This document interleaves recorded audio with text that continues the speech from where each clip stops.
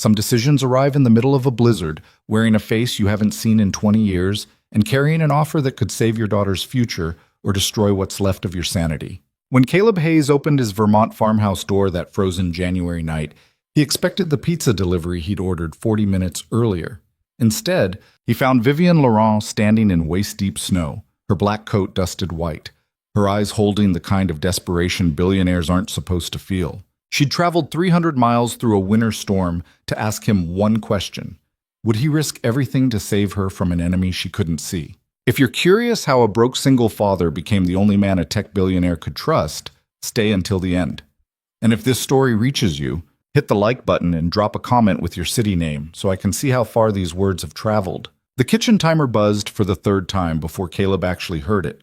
He was standing at the counter in his worn flannel shirt and jeans that had seen better decades, staring at the algebra homework spread across the scratched laminate surface like hieroglyphics from a civilization he'd never understood. 14-year-old Emma sat across from him, chin propped on her fists, watching him with that particular brand of teenage patience that somehow felt worse than impatience. "Dad," she said, "the lasagna." "Right."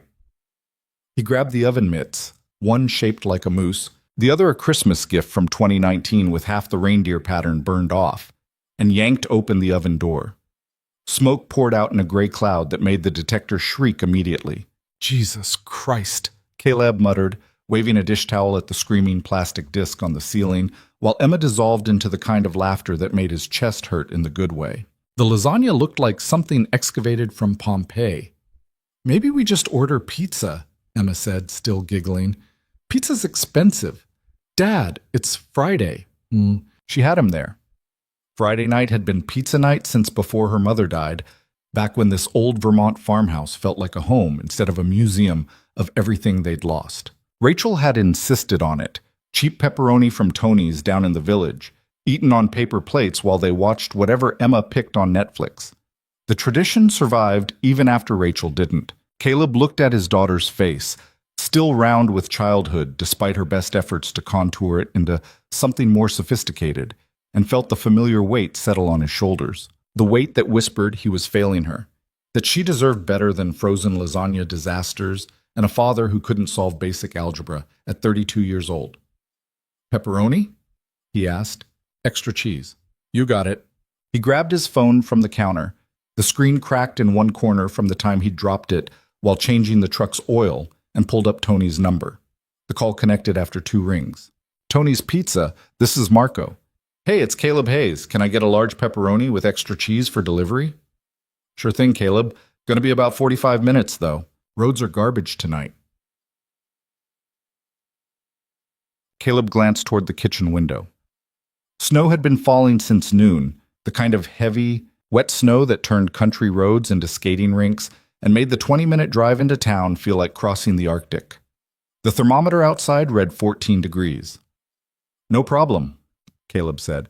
"We're not going anywhere, sorry." He hung up and returned to the algebra homework, determined to crack at least one problem before admitting defeat. Emma had already moved on to her phone, scrolling through Instagram with the glazed expression of someone watching their entire generation live better lives in filtered photographs. "How's school?" Caleb asked, knowing it was the wrong question the moment it left his mouth. "Fine. Make any new friends?" "Dad? What? You ask me that every week." "So?" "So the answer's the same every week." Emma looked up from her phone, and for just a second Caleb saw something raw in her eyes. Something lonely and tired that no 14-year-old should feel. Nobody wants to be friends with the weird, quiet girl whose mom died. The words landed like a punch. Caleb opened his mouth, searching for something helpful, something fatherly, something that wouldn't sound like the empty platitudes guidance counselors offered. Nothing came. "You're not weird," he finally managed. "I collect bird feathers, and I've read the entire Lord of the Rings trilogy 4 times. That's not weird, that's interesting. In what universe?" "In the universe where I'm your dad and I make the rules." Emma rolled her eyes, but the corner of her mouth twitched. "You're such a dork. Takes one to know one." They fell back into comfortable silence, the kind they'd perfected over the last 4 years. The kind that filled the spaces where Rachel used to be. Outside, The wind howled against the farmhouse's old bones, making the windows rattle and the exposed beams creak. The furnace kicked on with its usual death rattle, pumping lukewarm air through vents that probably needed cleaning but never quite made it to the top of Caleb's endless list of deferred maintenance. This was his life now, this small, quiet, manageable life. He'd built it deliberately after everything fell apart, after Rachel's cancer diagnosis, after watching her shrink into someone he barely recognized, after the funeral where Emma had stood silent and dry-eyed while Caleb fell apart in front of everyone who'd driven up from Boston to witness his grief. After the well-meaning friends stopped calling and the casseroles stopped appearing on the porch and reality settled in like November frost. He'd walked away from the world he'd known before. The competitive tech scene in Boston, the startup culture that ran on ambition and cocaine and 19-hour workdays. He'd sold everything he owned, bought this farmhouse for cash, and built a life small enough that it couldn't hurt him anymore. Small town. Small job doing IT work for the county government. Small dreams. Safe. The knock came at 8:17, 43 minutes after he'd placed the order. "Pizza's here," Emma said, not looking up from her phone. Caleb pushed back from the table and headed for the front door, already reaching for his wallet. The porch light was out. It had been out for 3 months, so he flipped on the hallway light before, pulling open the heavy wooden door that Rachel had insisted on refinishing the summer before she got sick. The woman standing on his porch wasn't holding pizza. She was holding herself against the wind like someone drowning, her black wool coat covered in snow, her dark hair plastered to her face, her breath coming in visible clouds. For a second, Caleb's brain refused to process what his eyes were seeing. It felt like looking at a photograph that had fallen through a crack in time. "Vivian? You sure you're wrong?" She looked up at him, and even through the snow and the darkness, and the 20 years since he'd last seen her face, her eyes were exactly the same, sharp, relentless. The kind of eyes that saw through walls and excuses and every defense you'd ever built. "Hello, Caleb." His brain stuttered. Vivian Laurent, standing on his porch, in the middle of a blizzard, in rural Vermont. Vivian Laurent, who'd been his best friend from age 7 to age 12, back when they were weird kids in Boston who spent their weekends building computers from salvaged parts and talking about changing the world. Vivian Laurent, who disappeared into some elite boarding school in Connecticut while Caleb stayed behind in public school, their friendship dissolving the way childhood friendships do when life pulls people in different directions. Vivian Laurent, who now ran one of the most powerful cybersecurity companies in America. He'd seen her on the cover of Forbes 6 months ago, looking like she could cut diamonds with her jawline. The article called her the woman who makes hackers cry and estimated her net worth at somewhere north of $4 billion. "What are you doing here?" The words came out stupider than he'd intended. "I need your help." "My help?" "Yes." "Vivian, I haven't seen you in 20 years. I know exactly how long it's been." She stepped forward, and the porch light, the one that was supposed to be broken, caught her face. She looked exhausted. Not tired, but exhausted in the way that suggested she'd been running on fumes for so long she'd forgotten what rest felt like. "Can I come inside?" Every instinct told him to say no, to close the door, to protect the small, safe life he'd built from whatever chaos she'd brought with her. "Dad?" Emma's voice drifted from the kitchen. "Everything okay?" Caleb looked back at Vivian, standing in his doorway like a ghost made flesh, and made the second decision that would change everything. "Come in." He stepped aside. Vivian entered, bringing the smell of winter and expensive perfume and something else, something sharp and electric that made the farmhouse feel smaller just by her presence. She pulled off her coat, revealing a black turtleneck and designer jeans that probably cost more than Caleb's truck. Her boots left puddles of melting snow on the hardwood floor Rachel had insisted on preserving. "Who's that?" Emma appeared in the hallway, eyes wide. "Emma, this is Vivian. She's an old friend." "Hi, Emma." Vivian's voice softened in a way Caleb remembered from childhood. She'd always been good with people when she wanted to be. "You look just like your dad." "Everyone says that." Emma studied Vivian with the naked curiosity of someone who'd grown up in a town where strangers were rare and interesting strangers were rarer. "Are you the pizza lady?" "No," Caleb said. "Pizza's still coming. Emma, can you give us a minute?" "Yeah."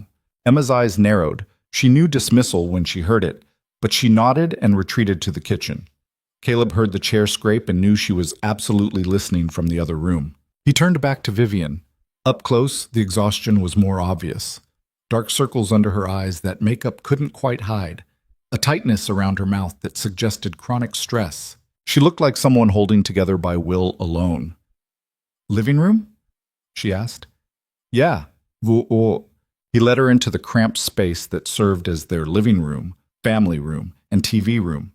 The furniture was mismatched and old, the kind you bought at estate sales and learned to love. Rachel's needlepoint pillows still covered the couch. Emma's photography books were stacked on the coffee table next to Caleb's collection of fantasy novels he pretended not to still read. Vivian sat on the edge of the couch like she was preparing for negotiation, not conversation. Caleb took the armchair across from her, suddenly aware of how small his life must look through her eyes. How ordinary. "How did you find me?" he asked. "I've always known where you were." "What?" "I keep track of people I care about." She said it like it was obvious, like it was normal to maintain surveillance on childhood friends you hadn't spoken to in 2 decades. "I knew when you got married, when Rachel got sick, when she died. I'm sorry I didn't reach out." The words should have felt invasive. Instead, they felt oddly comforting. Someone had been watching. Someone had cared. "Why are you here, Vivian?" She leaned forward, elbows on her knees, and for the first time since she'd appeared on his porch, she looked uncertain. Vivian Laurent, billionaire CEO, looking uncertain. "My company is being destroyed from the inside. Okay?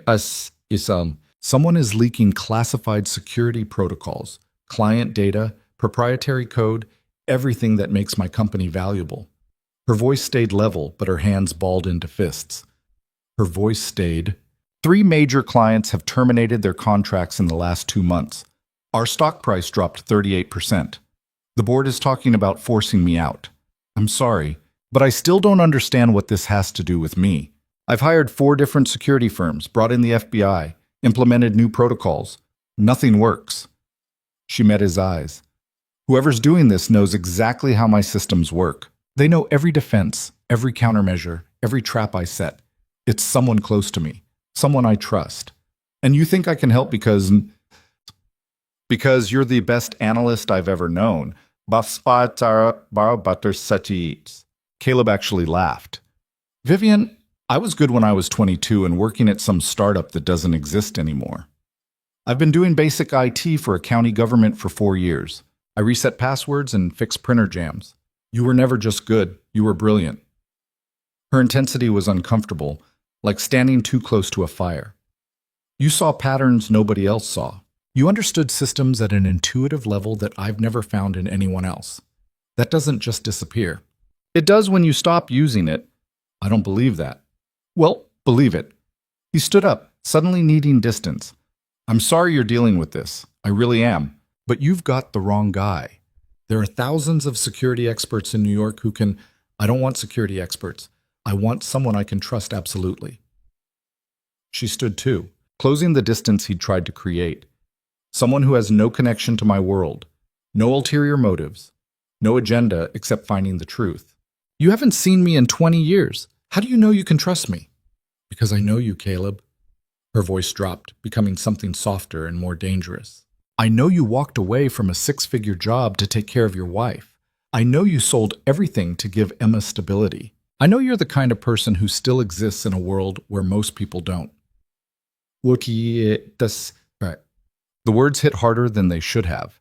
Caleb turned away, looking at the window where snow continued to fall in the darkness beyond. "Even if I wanted to help, which I don't, I can't just pick up and move to New York. I have a daughter, a job, a life. I'll pay you $5 million. The number hung in the air like smoke. Caleb turned slowly. "What?" $5 million. Transferred to whatever account you want the day you start. Vivian's face showed no emotion. This was business now. Plus all expenses, housing in Manhattan, private school for Emma, health insurance, whatever you need. Can't be serious. "I'm always serious about money." She moved closer. "I'm not asking you to do this forever. 6 months, maybe less if you're as good as I remember. Find whoever's destroying my company, and you walk away with enough money to secure Emma's future forever. I don't want your money. Yes, you do. She said it gently, without judgment. You want Emma to go to college without drowning in debt. You want her to have opportunities you can't give her working IT in rural Vermont. You want to stop lying awake at night wondering if you're failing her by choosing safety over ambition. You don't know what I want. Then tell me I'm wrong. He couldn't want. Every word she'd said was true, and they both knew it. The knock came again. Actually, the pizza this time. Caleb welcomed the interruption, grateful for an excuse to escape Vivian's orbit. He paid Marco an extra 20 for driving in the storm, then carried the pizza back to the kitchen where Emma had abandoned all pretense of not listening. Is she famous? Emma whispered. Kind of. Is she rich? Very. Why is she here? I'm still figuring that out. He left the pizza with Emma and returned to the living room where Vivian stood examining the photographs on the mantel. Pictures of Emma at various ages. A wedding photo of Caleb and Rachel looking impossibly young. A snapshot of 12-year-old Caleb and Vivian covered in mud after building what they'd called the greatest treehouse in Boston in her parents' backyard. I remember that day, Vivian said without turning around. We worked for 6 weeks on that treehouse. Your dad made us tear it down after 3 days because it violated some building code. He was always good at crushing dreams. She touched the frame lightly. You were the only person who ever made me feel normal. Like I wasn't some weird girl who understood computers better than people. You weren't weird. We were both weird. That's why it worked. Caleb sat back down in the armchair, suddenly feeling the weight of the entire day. The burned lasagna. The algebra he couldn't solve. The daughter who collected bird feathers and had no friends. The life he'd built that felt smaller with every passing year. I can't do this, he said quietly. Can't or won't. Does it matter? Yes. Vivian turned to face him. Can't means you're incapable. Won't means you're afraid. Maybe I'm both. I don't believe that either. You keep saying that. Because I know you better than you think. She crossed the room and sat down on the coffee table directly in front of him, close enough that he could see the gold flecks in her brown eyes. You're not incapable, Caleb. You're exhausted. You spent years taking care of Rachel, watching her die, holding Emma together, and building a life so small and controlled that nothing can hurt you again. But you're drowning here. You're 40 years from retirement doing work that bores you to death, raising a daughter who deserves to see you be more than a man, hiding from his own potential. That's not fair. Fair doesn't matter. True matters. You don't know anything about my life. Then tell me I'm wrong. She leaned forward. Tell me you're happy. Tell me Emma's thriving. Tell me this is the life you dreamed about when we were 12 years old and planning to change the world together. Caleb wanted to argue, wanted to defend the choices he'd made, wanted to explain that happiness was overrated and safety was undervalued and she had no right to appear after 20 years and judge him, but the words wouldn't come. 6 months, Vivian said softly. Help me find who's destroying everything I've built. If you hate it, you walk away with $5 million and never hear from me again. If you don't hate it, she paused. Well, we'll figure that out together. And if I say no, then I respect your decision and disappear back into the storm. She stood, pulling her coat back on. But I think you'll say yes. Why? Because you're not the kind of person who turns away from someone asking for help. You never were. She moved toward the door and Caleb felt something shift in his chest. Some combination of fear and excitement and possibility that he hadn't felt since before Rachel got sick, since before he'd learned that dreams were dangerous and safety was everything. Wait. Vivian stopped, hand on the doorknob. If I did this, and I'm not saying I am, what would it actually involve? She turned back, and for the first time since arriving, she smiled. It transformed her face, making her look less like a billionaire CEO and more like the girl who'd climbed trees and built computers and believed anything was possible. It would involve you and Emma moving to Manhattan. You'd work directly with me, reporting to no one else. Full access to all systems, all personnel, all data. Complete authority to investigate however you see fit. Emma would have to change schools in the middle of the year. She'd attend Thornton Academy, best private school in the city. Small classes, incredible teachers, students who actually give a damn about learning. She's shy. She doesn't make friends easily. Neither did we. Vivian moved back toward him. But we found each other. Maybe she'll find people who get her too. This is insane. Most worthwhile things are. Caleb looked past her toward the kitchen, where Emma sat eating pizza alone at the table where they'd shared 1,000 quiet dinners. He thought about the algebra homework he couldn't help her with, the college fund that wouldn't cover a single semester at a decent school, the future he was giving her by choosing safety over everything else. I need to think about it, he heard himself say. Of course. Vivian pulled a business card from her coat pocket. Actual paper, expensive and embossed. My personal number. Call me when you decide.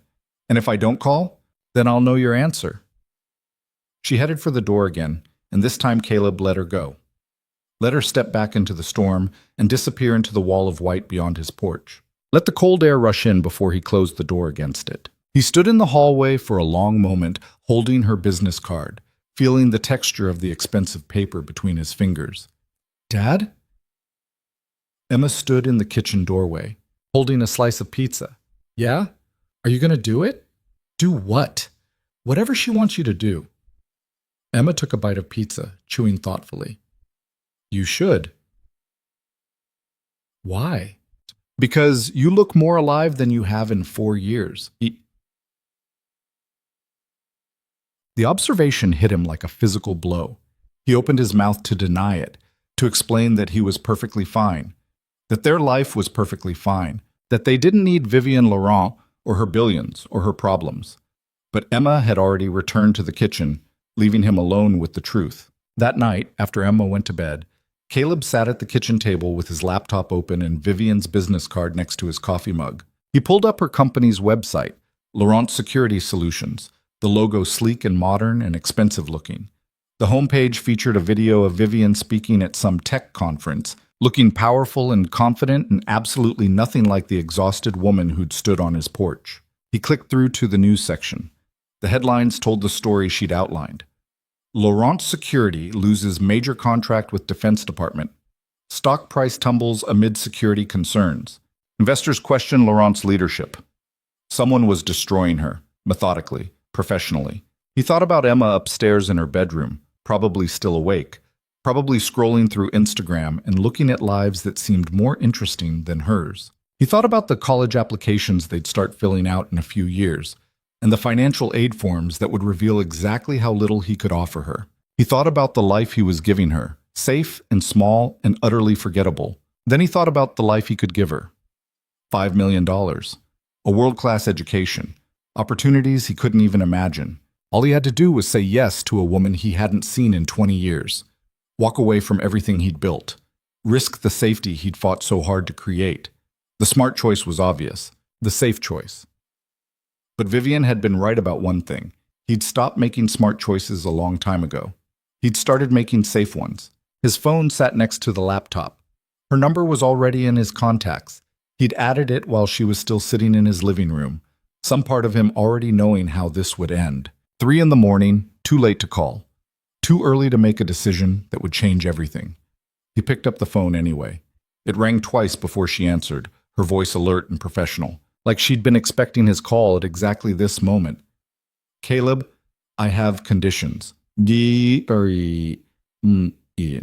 pause. Then, I'm listening. Emma comes first, always. If this doesn't work for her, we leave immediately, no questions asked. Agreed. I want complete autonomy. You hired me to find the truth, so I do it my way. No interference. Agreed. And if I find something you don't want to know, if the person destroying your company turns out to be someone you care about, I'm still reporting it.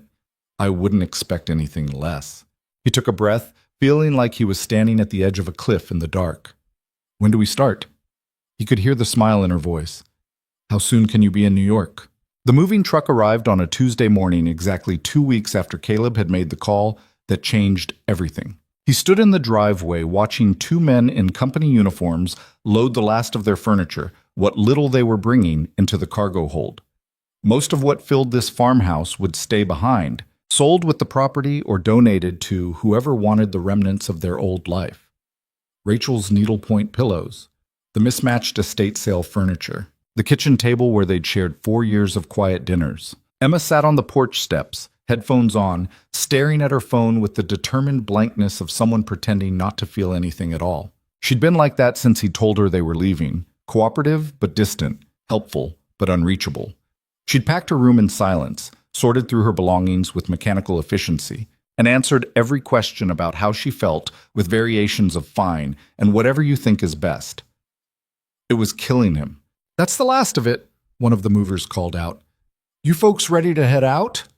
Caleb looked back at the farmhouse, white paint peeling on the shutters, the porch light still broken, the chimney that needed repointing before winter really hit. He'd bought this place thinking it would be their forever home, the refuge where he and Emma would heal and rebuild and eventually remember how to be happy again. Instead, it had become a museum, a shrine to grief and safety and all the ways he'd learned to stop wanting things. "Yeah," he said. "We're ready." The drive to New York took 6 hours through late October landscape that looked like something from a postcard. Trees burning red and gold. Small towns with white church steeples and corner stores that still sold penny candy. The kind of America that people wrote folk songs about and pretended still existed everywhere. Emma stayed silent most of the way, earbuds in, watching the world slide past her window. Caleb tried twice to start a conversation and gave up after getting one-word responses. The radio filled the space between them with NPR voices discussing politics he barely followed anymore. Somewhere around Hartford, his phone rang. Vivian's name lit up the screen. "Hey," he answered, putting it on speaker. "Where are you?" "About 2 hours out." "Awesome, Bob." "Good. The apartment is ready. I sent you the address and access codes." A pause. "How's Emma holding up?"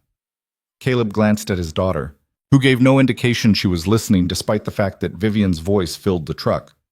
"She's okay." "That's not an answer."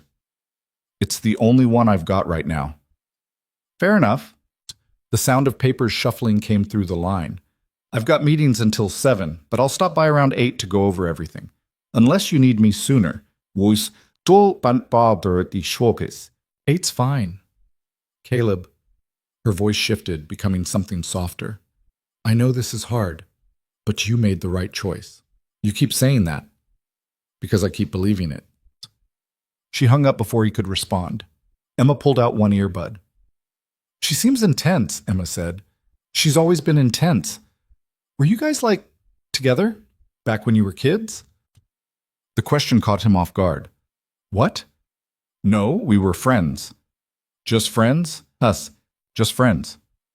He merged into the left lane to pass a semi. "Why?" Emma shrugged, putting the earbud back in. "Just wondering." Manhattan appeared gradually, like a mirage solidifying in the distance. First the skyline, then the bridges, then the overwhelming density of it all. Cars everywhere. People everywhere. Buildings stacked so high they blocked out the sky. Caleb felt his chest tighten as traffic swallowed them, pulling them deeper into the current of city life. The GPS directed them to the Upper West Side, to a street lined with pre-war buildings that probably cost more per square foot than his entire farmhouse. He found parking in an underground garage where a monthly spot cost more than his Vermont mortgage payment, then grabbed their suitcases while Emma stood on the sidewalk looking up at the building like it might eat her. "This is where we're living?" she asked. "For now." "Dad, this is insane." She wasn't wrong. The lobby featured marble floors and crown molding and a doorman who greeted them like they belonged there. The elevator was newer than anything in their farmhouse, rising smoothly to the 14th floor where it opened onto a hallway that smelled like expensive cleaning products and old money. Apartment 14C. Caleb punched in the access code Vivian had sent, and the door swung open onto a space that made him freeze in the doorway. Floor-to-ceiling windows overlooking Central Park. Hardwood floors that actually gleamed. A kitchen with appliances that looked like they belonged in a spaceship. Furniture that matched. Art on the walls that wasn't mass-produced prints from Target. "Holy shit," Emma breathed. "Language." "Dad, seriously, look at this place." He was looking. He was also calculating what it must cost per month and feeling his stomach turn over. This wasn't just generous, this was obscene. Emma had already dropped her backpack and was exploring the space with the kind of open wonder she hadn't shown in years. She found her bedroom, twice the size of her Vermont room, with its own bathroom and a desk positioned by a window with a view that probably cost extra, and actually smiled. "Can I really have this room? It's yours." She disappeared inside, and Caleb heard her moving around, opening drawers, testing the mattress. The sound of his daughter being excited about something felt so foreign it made his throat tight. His phone buzzed, a text from Vivian. "Settling in okay?" He typed back, "This apartment is too much." Her response came immediately. "You're saving my company. It's not enough." "I haven't saved anything yet." "You will." Mwah. He pocketed the phone and moved to the windows. Central Park stretched out below, a canyon of green cutting through the gray city. Joggers on the paths, dogs being walked, kids on playgrounds, life happening everywhere at once, chaotic and messy and completely opposite of everything he'd built in Vermont. "Dad?" Emma appeared beside him, looking smaller than she had in years. Beside, "Are we really doing this?" "Yeah, we really are. What if I hate it here?" "Then we leave. That's the deal." "And what if you hate it?" He looked down at her, his daughter who collected bird feathers and read fantasy novels and had spent 4 years watching him choose safety over everything else. "Then we leave," he repeated. "But maybe we give it a real chance first, eh?" She nodded, then leaned against him in that way she used to when she was small and the world felt too big. They stood there together, watching the city move below them, and Caleb tried not to think about all the ways this could go wrong. Vivian arrived at exactly 8 o'clock, looking like she'd stepped out of a boardroom photo shoot. Black suit, heels that brought her eye level with Caleb, hair pulled back in a way that emphasized the sharp angles of her face. She carried a leather messenger bag that probably cost more than his truck and moved through the apartment like she owned it, which she probably did. "Emma's asleep?" she asked, noticing the closed bedroom door. "Tired from the drive. Good." She set the bag on the dining table and started pulling out files. "We have a lot to cover." "Vivian, before we start, the apartment's too expensive, I know. You already texted me." She looked up with an expression that suggested this conversation was boring her. "I own the building, Caleb. I'm not charging you rent." "You own the building." "I own several buildings. It's a good investment, Tom." She returned to the files. "Can we focus on why you're actually here?" He moved to the table, looking at the documents she'd spread out. Organizational charts, security logs, employee files, financial reports. The guts of her company laid bare. Laurent Security Solutions employs 347 people across 4 offices, Vivian began, her voice shifting into presentation mode. New York headquarters, satellite offices in San Francisco, London, and Singapore. We provide cybersecurity services to Fortune 500 companies, government agencies, and private clients who need discretion along with protection. What kind of discretion? The kind where our client list isn't public and our NDAs have teeth. She pulled out a tablet, swiping through screens. We've had 3 major security breaches in the last 4 months. Each one targeted different clients, different systems, different vulnerabilities. But the pattern is clear. Whoever's doing this has intimate knowledge of our infrastructure. Caleb studied the timeline she showed him. The breaches were spaced exactly 3 weeks apart, each one more damaging than the last. What did you lose? First breach.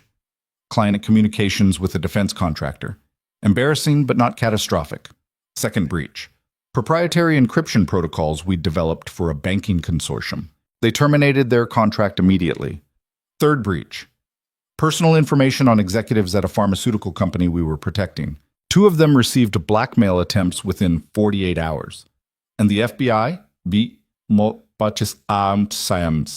found nothing. Her jaw tightened. They interviewed employees, analyzed our systems, made recommendations we'd already implemented, then basically told me it was an inside job and closed the investigation. Because they couldn't prove anything, or because they didn't want to? Does it matter? It's all just something to what? Caleb picked up one of the employee files. Daniel Kwan, Chief Operating Officer. The photo showed a man in his mid-40s with sharp features and the kind of smile that didn't reach his eyes.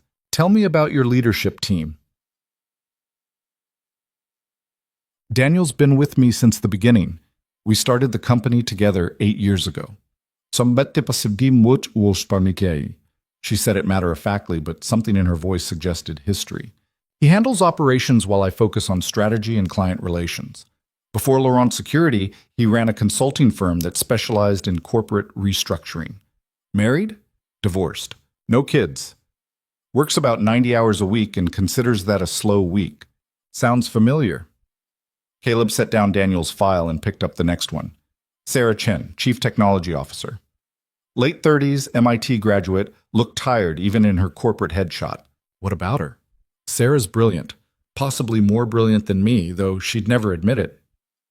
Vivian pulled up something on her tablet. She came over from Google 3 years ago. Took a pay cut to join us because she wanted to build something meaningful instead of optimizing ad algorithms. Family? Partner and 2 kids.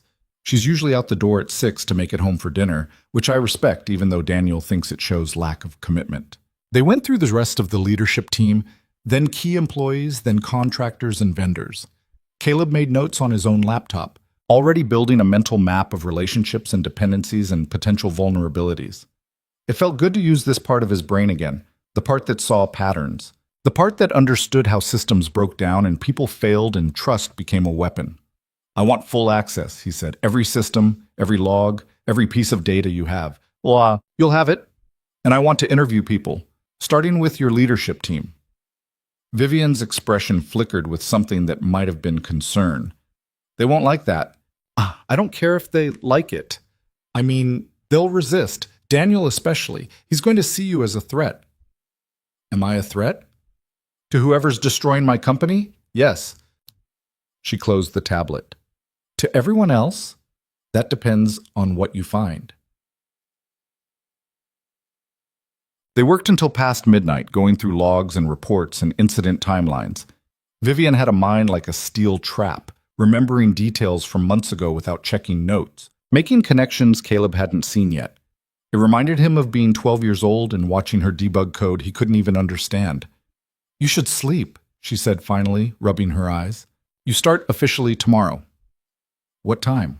9. I'll introduce you to the team at a morning meeting. She stood, gathering her files. And Caleb, don't let them intimidate you. Half of them are terrified you're here to fire them, and the other half think you're a waste of money. Prove them all wrong. No pressure. You wanted autonomy. This is what autonomy looks like. She headed for the door, then paused. How are you really doing with all this? The question surprised him. Honestly, I don't know yet. That's fair. She opened the door. But for what it's worth, I'm glad you're here. Even though I haven't done anything yet? Especially because you haven't done anything yet. She smiled, that same smile from childhood that suggested she knew something he didn't. Sleep well, Caleb. Laurent Security Solutions occupied the top 3 floors of a glass tower in Midtown that made Caleb's apartment building look modest. The elevator required a security card to access the 43rd floor, where it opened onto a reception area that screamed expensive and modern and don't waste our time. Caleb Hayes. He told the receptionist, a young woman whose name tag read Melissa and whose smile looked practiced. I'm supposed to meet Vivian Laurent. Of course, Mr. Hayes. She's expecting you. Melissa picked up a phone and spoke quietly, then gestured toward a seating area. Someone will be right with you. He sat on a chair that was more art installation than furniture and watched employees move through the space. They all looked younger than him, more polished, more confident, like they belonged in this world of glass towers and security cards and 6-figure salaries. Mr. Hayes, a woman in her 30s, approached, wearing the kind of business casual that still cost more than his entire wardrobe. She had the efficient energy of someone with too much to do and not enough time to do it. I'm Jessica, Ms. Laurent's executive assistant. She's finishing up a call, but she asked me to get you started with your credentials and security access. She handed him a badge on a lanyard. This gives you access to all floors, all systems, and all secure areas. Miss Laurent was very specific that you should have unrestricted access. Thanks. Conference room 3 is set up for the morning meeting. Can I get you coffee? Water? Coffee would be great. Black. Ich was. She nodded and disappeared, leaving him alone with his badge and his growing sense that he was wildly out of his depth. He'd spent the last 4 years in county IT, where the most complex security issue was remembering to lock the server room. Now he was supposed to investigate corporate espionage at a company worth billions. Caleb! Vivian appeared from around a corner, moving with the purposeful stride of someone who considered walking slowly a waste of time. She'd swapped yesterday's suit for a different suit that probably also cost a month of his old salary. Her hair was down today, falling just past her shoulders, which somehow made her look younger and more dangerous at the same time. Ready to meet the team? As ready as I'll ever be. She led him through a maze of corridors lined with offices and conference rooms and open workspace areas where people typed on laptops and spoke in low voices. Everything was clean and modern and precisely designed to project competence and security. The irony wasn't lost on him. Conference room 3 turned out to be a glass-walled space with a table that could seat 20 and screens on every wall. 5 people were already seated, their conversations dying as Vivian and Caleb entered. "Good morning." Vivian moved to the head of the table, and Caleb took a seat near her. "I know I said this meeting was about Q4 planning, but I lied. We're here because I want to introduce you to Caleb Hayes, who's joining us as a special investigator reporting directly to me." The silence that followed felt heavy enough to crush glass. The silence that Daniel Kwan sat at the far end of the table, his expression carefully neutral in a way that suggested practiced control. Next to him was Sarah Chen, who looked even more tired in person than in her headshot. The other 3 Caleb recognized from the files Vivian had shown him. Marcus Webb, Chief Financial Officer, Jennifer Park, Head of Client Relations, and Thomas Reed, Director of Internal Operations. "Investigator," Daniel repeated, his voice smooth and measured. "That's an interesting word choice." "It's an accurate word choice." Vivian didn't blink. "We've had 3 major breaches in 4 months.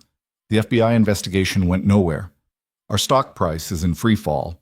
I'm bringing in someone I trust absolutely to find out what's happening." "And Mr. Hayes' qualifications are?"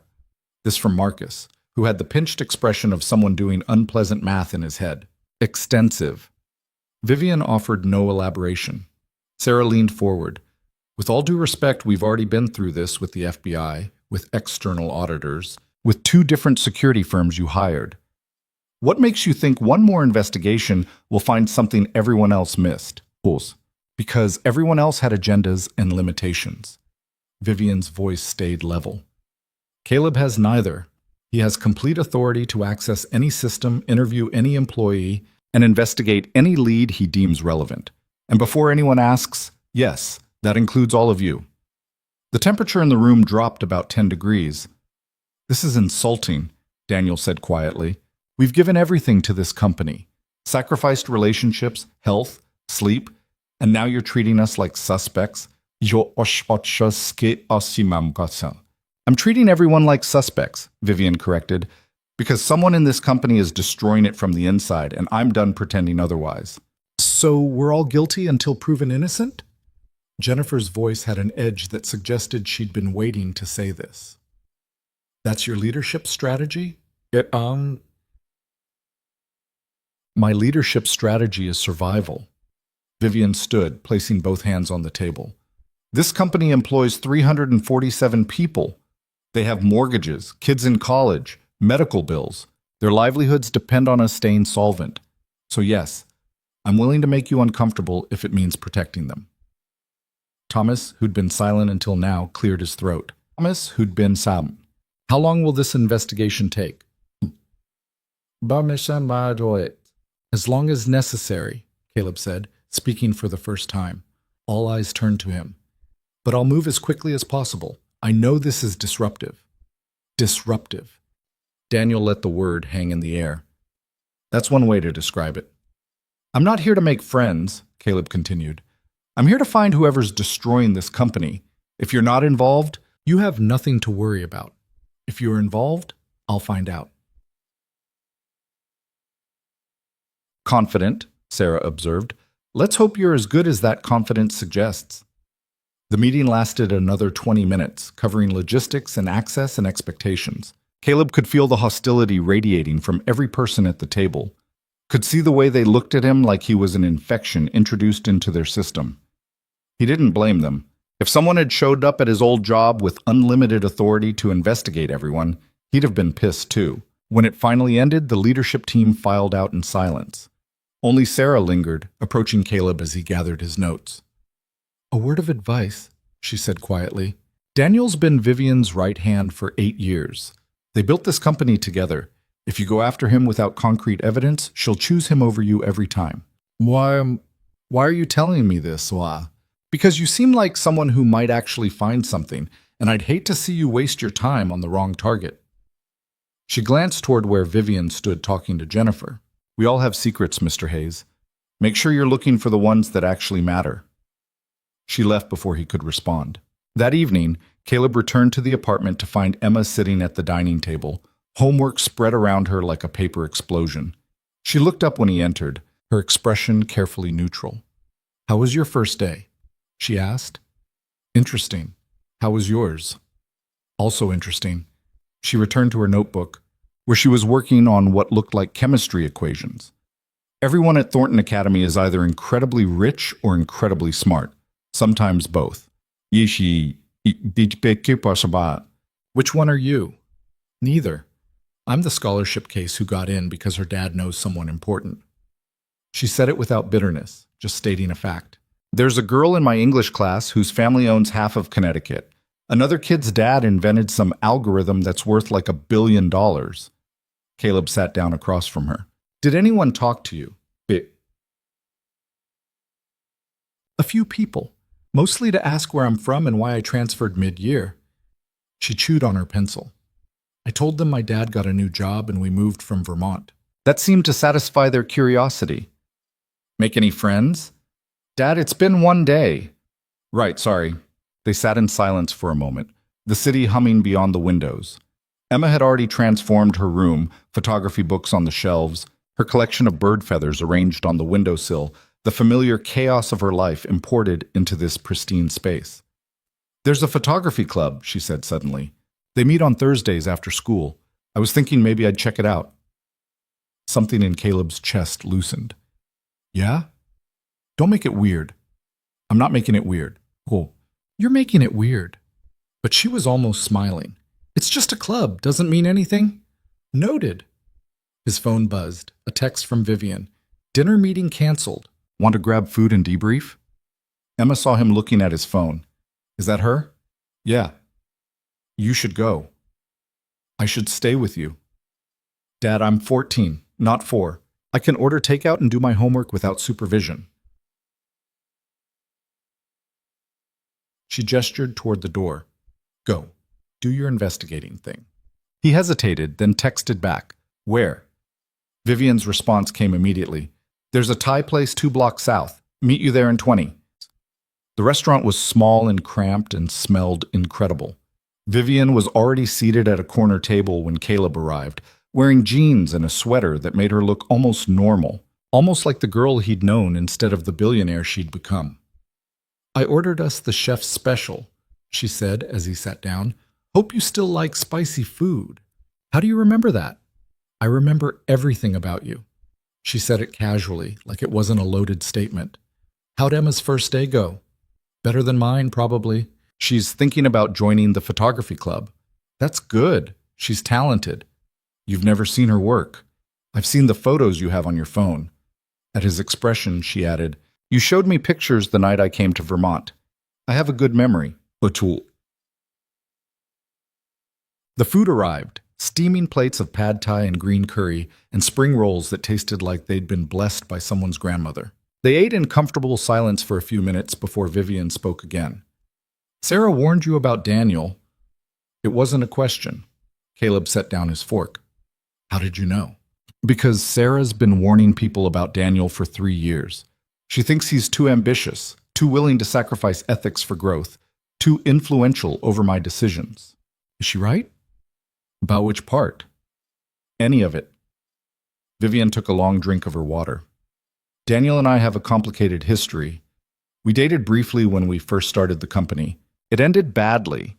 We stayed business partners because we're both pragmatic enough to know that personal feelings don't matter compared to building something that lasts.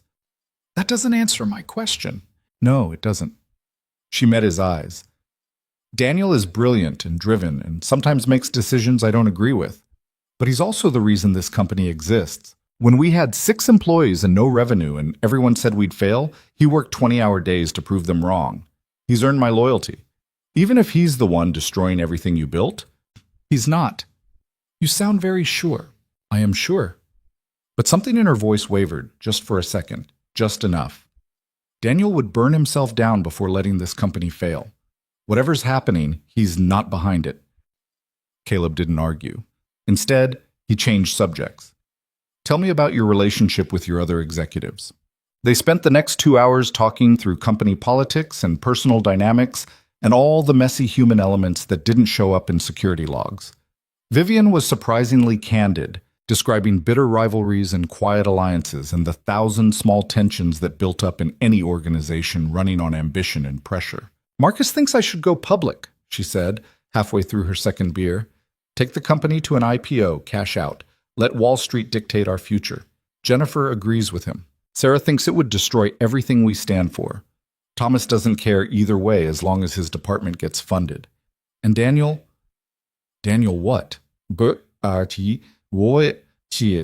Daniel used to think we should stay private, keep control, build slowly. But lately he's been pushing for aggressive expansion, new offices, new service lines, acquisitions. She stared into her beer.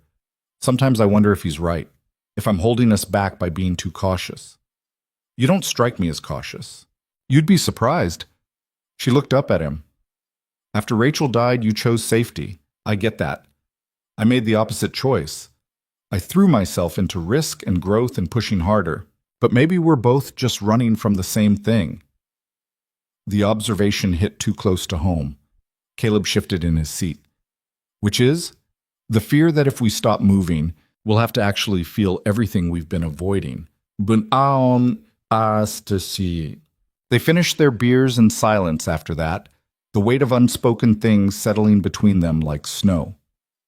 When they finally left the restaurant, the city was dark and cold and somehow more honest than it seemed in daylight. Thank you for coming here, Vivian said as they stood on the sidewalk. I know I strong-armed you into it, but thank you. Ask me again in a month if I still think it was a good idea. Deal. She pulled her coat tighter against the wind. Get some sleep, Caleb. Tomorrow, we start for real. She walked away before he could respond, disappearing into the flow of pedestrians like she'd never been there at all.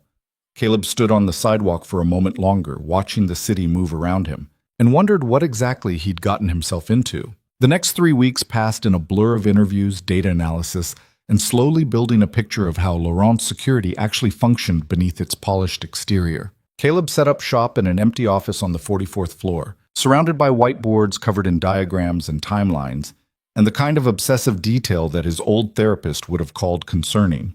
He interviewed every member of the leadership team multiple times. Daniel was polished and professional, and gave answers that revealed absolutely nothing. Sarah was direct and occasionally blunt, offering theories about corporate culture that might have been helpful if they'd included actual evidence. Marcus talked about financial pressures. Jennifer described client relationships. Thomas explained operational procedures in mind-numbing detail. None of them trusted him. All of them resented his presence, and every single one of them had something to hide, though Caleb couldn't yet tell which secrets were relevant and which were just the normal debris of working adults with complicated lives. He also started analyzing the security logs, searching for patterns and access times and system queries and all the digital breadcrumbs people left without realizing it. The work was tedious and occasionally numbing, but it felt good to use this part of his brain again, to see connections and anomalies and possibilities. At home, Emma was finding her rhythm. The photography club turned into actual friends, or at least people she had lunch with, which counted as progress. She complained less about her homework and more about specific teachers, which suggested she was actually engaged. Some nights she'd show Caleb photos she'd taken, urban landscapes and candid street portraits that showed real talent. And Vivian was everywhere, in meetings, checking his progress, over lunch, answering questions, late at night, texting random thoughts about the investigation. She was intense and demanding and occasionally exhausting, but working with her felt like being 22 again, back when they were both convinced they could solve any problem if they just tried hard enough. "You're spending a lot of time with her," Emma observed one evening, catching Caleb texting Vivian about a discrepancy in the October logs. "It's work." "Uh-huh. What's that supposed to mean?" "Nothing." Emma returned to her chemistry homework, but she was smiling in a way that suggested she knew something he didn't. On the 23rd day of his investigation, Caleb found his first real lead. It was buried in access logs from August, a pattern so subtle he'd missed it twice before his brain finally registered the anomaly. Someone had been accessing client files at 3 in the morning, using legitimate credentials but following a pattern that made no sense for normal work. He pulled up the user account. Jackson Miller, a junior security engineer who'd been with the company for 18 months. According to his file, Jackson was 26, Stanford graduate, lived in Brooklyn, and had gotten consistent positive reviews. Caleb dug deeper. Jackson's access pattern showed he was working odd hours, but that wasn't unusual in tech. What was unusual was the specific files he accessed, all clients who'd later experienced breaches, all accessed weeks before the incidents occurred. He was building a case file when his office door opened. Vivian entered without knocking, carrying 2 coffees and wearing the expression of someone who'd been in meetings for 8 straight hours. "Please tell me you have good news," she said, handing him one of the coffees. "I just spent 2 hours explaining to our board why our stock price is down 42% and our client retention rate is in the toilet. Maybe." He turned his laptop toward her. "Look at these access patterns." She studied the screen, her expression sharpening. "Jackson Miller. You know him?" "I know everyone who works here." She scrolled through the data. "Jackson's good, quiet, keeps to himself, but technically solid. You think he's involved?" "I think his access pattern matches every breach we've had. I think he's accessing files he has no business touching. And I think we need to bring him in for questioning." Vivian's jaw tightened. "Questioning or interrogation?" "Conversation, low pressure, see how he reacts. And if he lawyers up, then we know we're onto something." She nodded slowly. "Set it up. But Caleb, if you're wrong about this, it could destroy that kid's career. Make sure you're not just seeing patterns because you want to find answers." "I'm sure." He wasn't entirely, but he was sure enough. They brought Jackson Miller in the next morning, framing it as a routine follow-up interview about security procedures. The kid showed up wearing a hoodie and sneakers, looking nervous but not guilty. Caleb and Vivian met him in a small conference room that felt deliberately intimate. "Am I in trouble?" Jackson asked, sitting down with the hunched posture of someone who'd spent too many hours at a keyboard. "No," Vivian said gently. "We're just trying to understand some access patterns we've noticed. Nothing to worry about." Caleb pulled up the logs on his laptop. "Jackson, can you walk me through your typical workflow? What files you access, when you access them, that kind of thing." Sure." Jackson scratched his neck. "I usually get in around 9 check my queue of security tickets, handle whatever's urgent. Sometimes I work late if we've got a client issue or a deadline." "And you have access to client files?" "Yeah, for troubleshooting. If there's a security concern with a specific client, I need to review their setup." "Makes sense." Caleb turned the laptop toward him. "Can you explain why you access these specific files?" He pointed to the August logs. "They weren't assigned to you, and there were no open tickets related to them." Jackson's face went pale. I was doing research." "Research on what?" "Just learning how different client setups work, trying to improve my skills." "At 3 in the morning? I have insomnia. Sometimes I work when I can't sleep." It was plausible, almost plausible enough. Caleb leaned forward. "Jackson, I'm going to be direct with you. These files you accessed, every single one of them was later involved in a security breach. That's not a coincidence I can ignore." "I didn't breach anything." Jackson's voice cracked. "I swear. I was just reading documentation, trying to understand our systems better. That's all." "Then help me understand," Vivian said, her voice still gentle. "Because from where we're sitting, this looks really bad."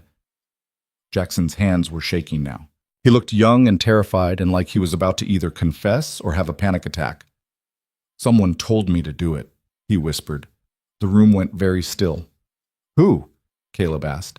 I don't know. I got an email from what I thought was internal security, asking me to audit certain client files and report back on vulnerabilities. I thought it was a legitimate assignment. Do you still have the email? No, it said to delete it for security reasons. I didn't think anything of it at the time. Caleb and Vivian exchanged glances. It fit the profile of social engineering, manipulating an employee into compromising security without them realizing what they were doing. Jackson, Vivian said carefully, I need you to tell me everything. Every email, every instruction, every piece of information you shared. Can you do that? He nodded, tears starting to form. Am I going to jail? Not if you cooperate fully and tell us the truth. They spent the next 2 hours extracting every detail Jackson could remember. The emails had come sporadically over 3 months, always from addresses that looked internal, but that Jackson couldn't quite remember. The instructions had been specific. Access certain files, document certain vulnerabilities, reply with findings to an encrypted channel that disappeared after each message. I thought I was helping, Jackson kept saying. I thought I was doing my job. By the time they finished, Caleb had a clearer picture. Jackson was a tool, not the mastermind. Someone had identified him as vulnerable, young, eager to prove himself, working odd hours when fewer people were around, and exploited that perfectly. The question was, who? Thank you for your honesty, Vivian said as they wrapped up. You're suspended with pay while we investigate further. Don't discuss this with anyone. Understood? Jackson nodded miserably and left, looking like a man walking to his execution. Alone in the conference room, Caleb turned to Vivian. He's telling the truth. I know. Which means someone inside your company is manipulating employees to create breaches that look external. I know that too. She rubbed her temples. The question is who has the technical knowledge to set up encrypted channels, the access to create fake internal emails, and the detailed understanding of our client relationships to know which files to target. Caleb had already run through the possibilities in his head. The list was short and disturbing. Your leadership team, he said quietly. It has to be someone in your inner circle. Vivian's expression went hard. Then we find out who, before they destroy everything we've built.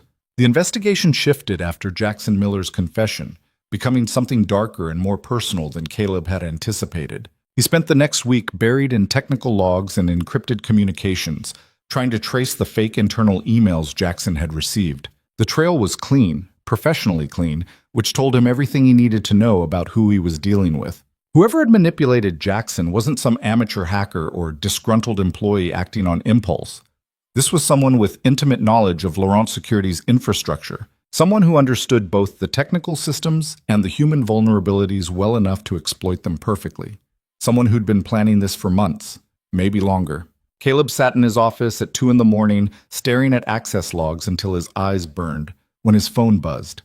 Vivian's name lit up the screen. You're still awake, he said, answering. So are you. Her voice sounded rough, like she'd been talking for hours. I'm on the 45th floor. Can you come up? Yes. He found her in the executive suite, standing at the floor-to-ceiling windows that overlooked Manhattan. The city sprawled below them, a galaxy of lights that never quite went dark. She'd kicked off her heels and was holding a glass of something amber that was probably expensive. Whiskey? She offered, gesturing to the bottle on her desk. Why not?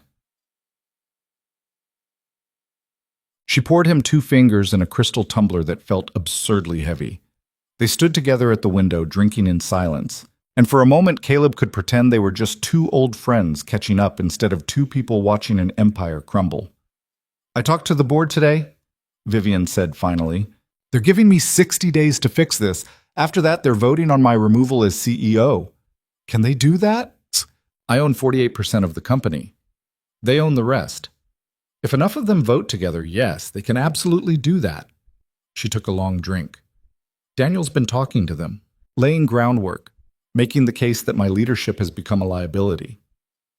You sound certain. I am certain. Marcus told me. He thought I should know. She laughed bitterly. At least someone on my leadership team still has the decency to stab me in the front instead of the back. Caleb studied her reflection in the window. She looked exhausted in a way that went beyond physical tiredness.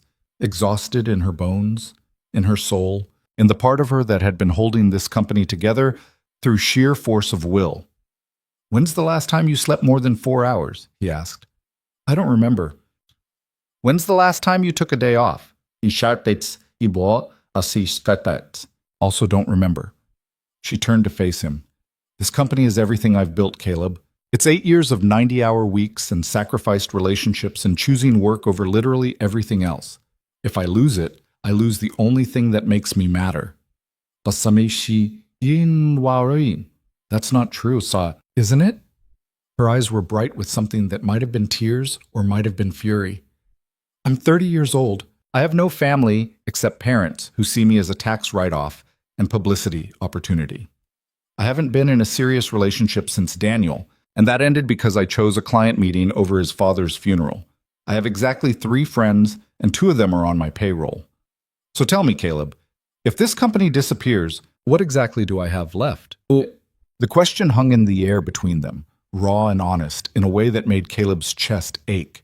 He recognized the shape of it, the fear that if you stripped away the things you'd built to define yourself, there'd be nothing underneath except emptiness. "You have people who care about you," he said quietly. "Name one who isn't financially dependent on me." "Me." She laughed, but it sounded broken. "You're here because I'm paying you $5 million. I'm here because you asked for help, and I couldn't say no. The money's just a justification I gave myself to make it feel less terrifying." He set down his glass. "You're not alone, Vivian, even if it feels like it." She looked at him for a long moment, her expression unreadable. Then she moved closer, close enough that he could smell her perfume mixed with whiskey and exhaustion. "Do you ever wish we'd stayed in touch?" she asked. "After I left for boarding school?" "Sometimes. I tried, you know. I wrote you letters, called a few times, but you were already moving on. New friends, high school, your whole life happening without me." She looked away. "Eventually, I stopped trying. Figured you were better off without the weird rich girl who couldn't understand why normal people didn't have private jets." "I didn't move on because I wanted to. I moved on because staying stuck on someone who'd left felt like torture." The admission surprised him. "You were my best friend. Then you were just gone." "I was 12. I didn't know how to process that. And now? Now we're adults with matching insomnia and terrible coping mechanisms, standing in your office at 2 in the morning drinking expensive whiskey." He picked up his glass again. "Could be worse." She smiled, actually smiled, for the first time since he'd arrived. "Could be better too." They finished their drinks and returned to the subject they'd been circling around. The investigation. The betrayal. The ticking clock counting down to Vivian's removal. "I've been thinking about the pattern," Caleb said, pulling up his laptop. "The breaches are too precise. Whoever's doing this isn't just leaking data. They're strategically destroying your most valuable client relationships while making it look like system failures. Which requires knowing which clients matter most. And knowing when to strike for maximum damage." He showed her a timeline he'd built. "Look at the spacing, 3 weeks between each breach. Just enough time for one crisis to stabilize before the next one hits. Never long enough for you to fully recover." Vivian studied the screen, her analytical mind already working through implications. So they're not trying to destroy the company in one catastrophic event. They're bleeding it slowly. Which suggests the goal isn't pure destruction, it's something else. Like what? "I don't know yet, but I think we're asking the wrong question." He pulled up the employee files again. "We've been focused on who has the technical ability to pull this off. But technical ability is table stakes at a company like this. Half your employees could manipulate Jackson Miller if they wanted to. So what's the right question? Who benefits from bleeding your company slowly instead of killing it quickly?" The question seemed to hit Vivian like a physical blow. She sat down heavily in her desk chair, staring at nothing. "Someone who wants control," she said slowly. "Someone who wants me removed but wants the company to survive so they can take over." "That's my theory." "Daniel," she said the name like it hurt. "Daniel's been positioning himself as my successor for 2 years. He's made relationships with the board, built alliances with key clients, established himself as the steady hand while I'm the visionary who's lost touch with reality. Would he do this? 6 months ago, I would have said absolutely not. Now? She closed her eyes. I don't know what anyone's capable of anymore. Caleb pulled up Daniel's file again, studying the timeline of his involvement with the company. 8 years of dedication, countless late nights, and sacrificed weekends. A failed romantic relationship with Vivian that somehow hadn't destroyed their professional partnership. Tell me about when you two dated, Caleb said. Why does that matter? Because understanding their personal relationships helps me understand their motivations. Vivian was quiet for a moment, her fingers tracing the rim of her empty glass. It was 5 years ago, when the company was still small. We were working insane hours, basically living in the office. One night we kissed, and it felt like the natural progression of everything we'd built together. She paused. For about 3 months it was good. Great even. Then his father got sick, terminal cancer. Daniel wanted to take time off, be with his family. I said we couldn't afford it.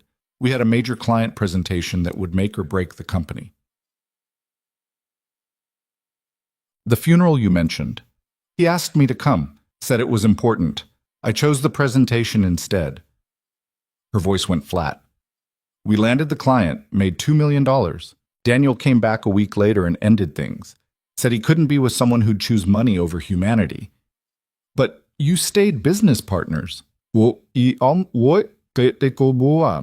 Because we're both pragmatic enough to know that personal feelings don't pay the bills or keep 300 employees employed. She looked up at him. You think I'm a monster? Well, I think you're someone who's spent so long prioritizing work that you forgot how to prioritize anything else. He said it gently, without judgment. I did the same thing in reverse. After Rachel died, I made Emma my entire world and forgot I was allowed to want things for myself. And now, now I'm trying to figure out if I can want both. Work that matters and a life that doesn't revolve around fear. He closed his laptop. You asked if I ever wish we'd stayed in touch. Yeah, I do.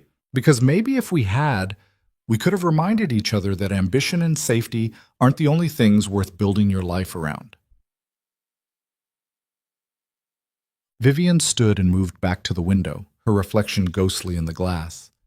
If Daniel's behind this, I have to fire him, probably prosecute him, and that will destroy any remaining trust the board has in my judgment. If Daniel's behind this, he's been destroying that trust intentionally for months. I know. She pressed her forehead against the window. I just keep thinking about everything we built together. All those nights when it was just us against the world, convinced we were going to change everything. How does that person become someone who'd betray me like this? People change. Or maybe they were always capable of it, and you just didn't want to see it. She turned around. I need proof, Caleb. Not theories or timelines or suspicious access patterns. I need something concrete enough that even the board can't deny it. I'm working on it. Work faster. It wasn't cruel, just desperate. Because in 60 days, none of this matters anyway. Emma was still awake when Caleb got home at 3:30, sitting on the couch with her laptop open and headphones in. She pulled them off when he entered. You look terrible, she observed. Thanks. Seriously, Dad, when's the last time you actually slept? When's the last time you went to bed before midnight on a school night? Touché. She closed her laptop. I made coffee earlier. It's probably still warm.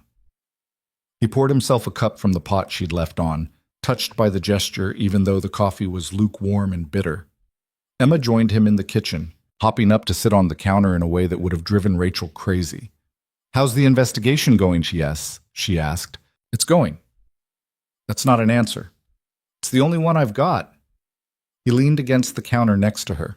How's school? Also going. She smiled slightly.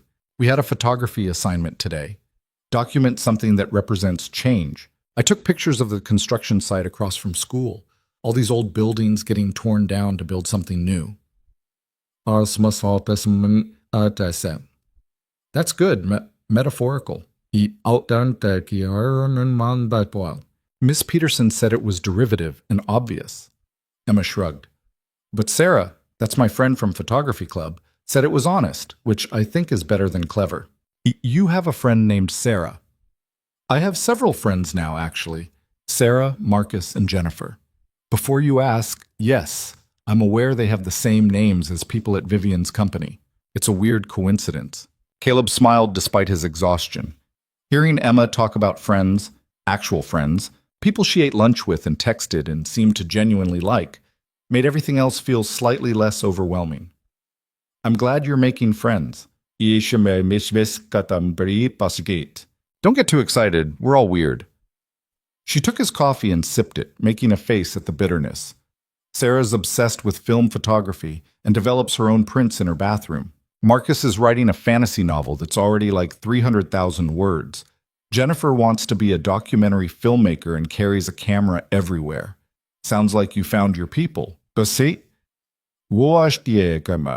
Maybe. She handed back the coffee. They asked if I wanted to hang out this weekend, go to some art exhibit in Brooklyn. You should go, even though I've only known them for like 3 weeks. Especially because you've only known them for 3 weeks. That's how friendships work. You spend time together and see if you actually like each other. Emma was quiet for a moment, swinging her legs against the cabinet. Do you like Vivian? The question caught him off guard. She's my boss. That's not what I asked. What are you really asking, Em? I'm asking if you like her the way you liked Mom. Emma's voice stayed casual, but her eyes were sharp. Because I see how you look at your phone when she texts, and how you stay late at the office even though you could probably do most of your work from home, and how you came home at 3:30 in the morning looking like you've been having important conversations instead of just analyzing data.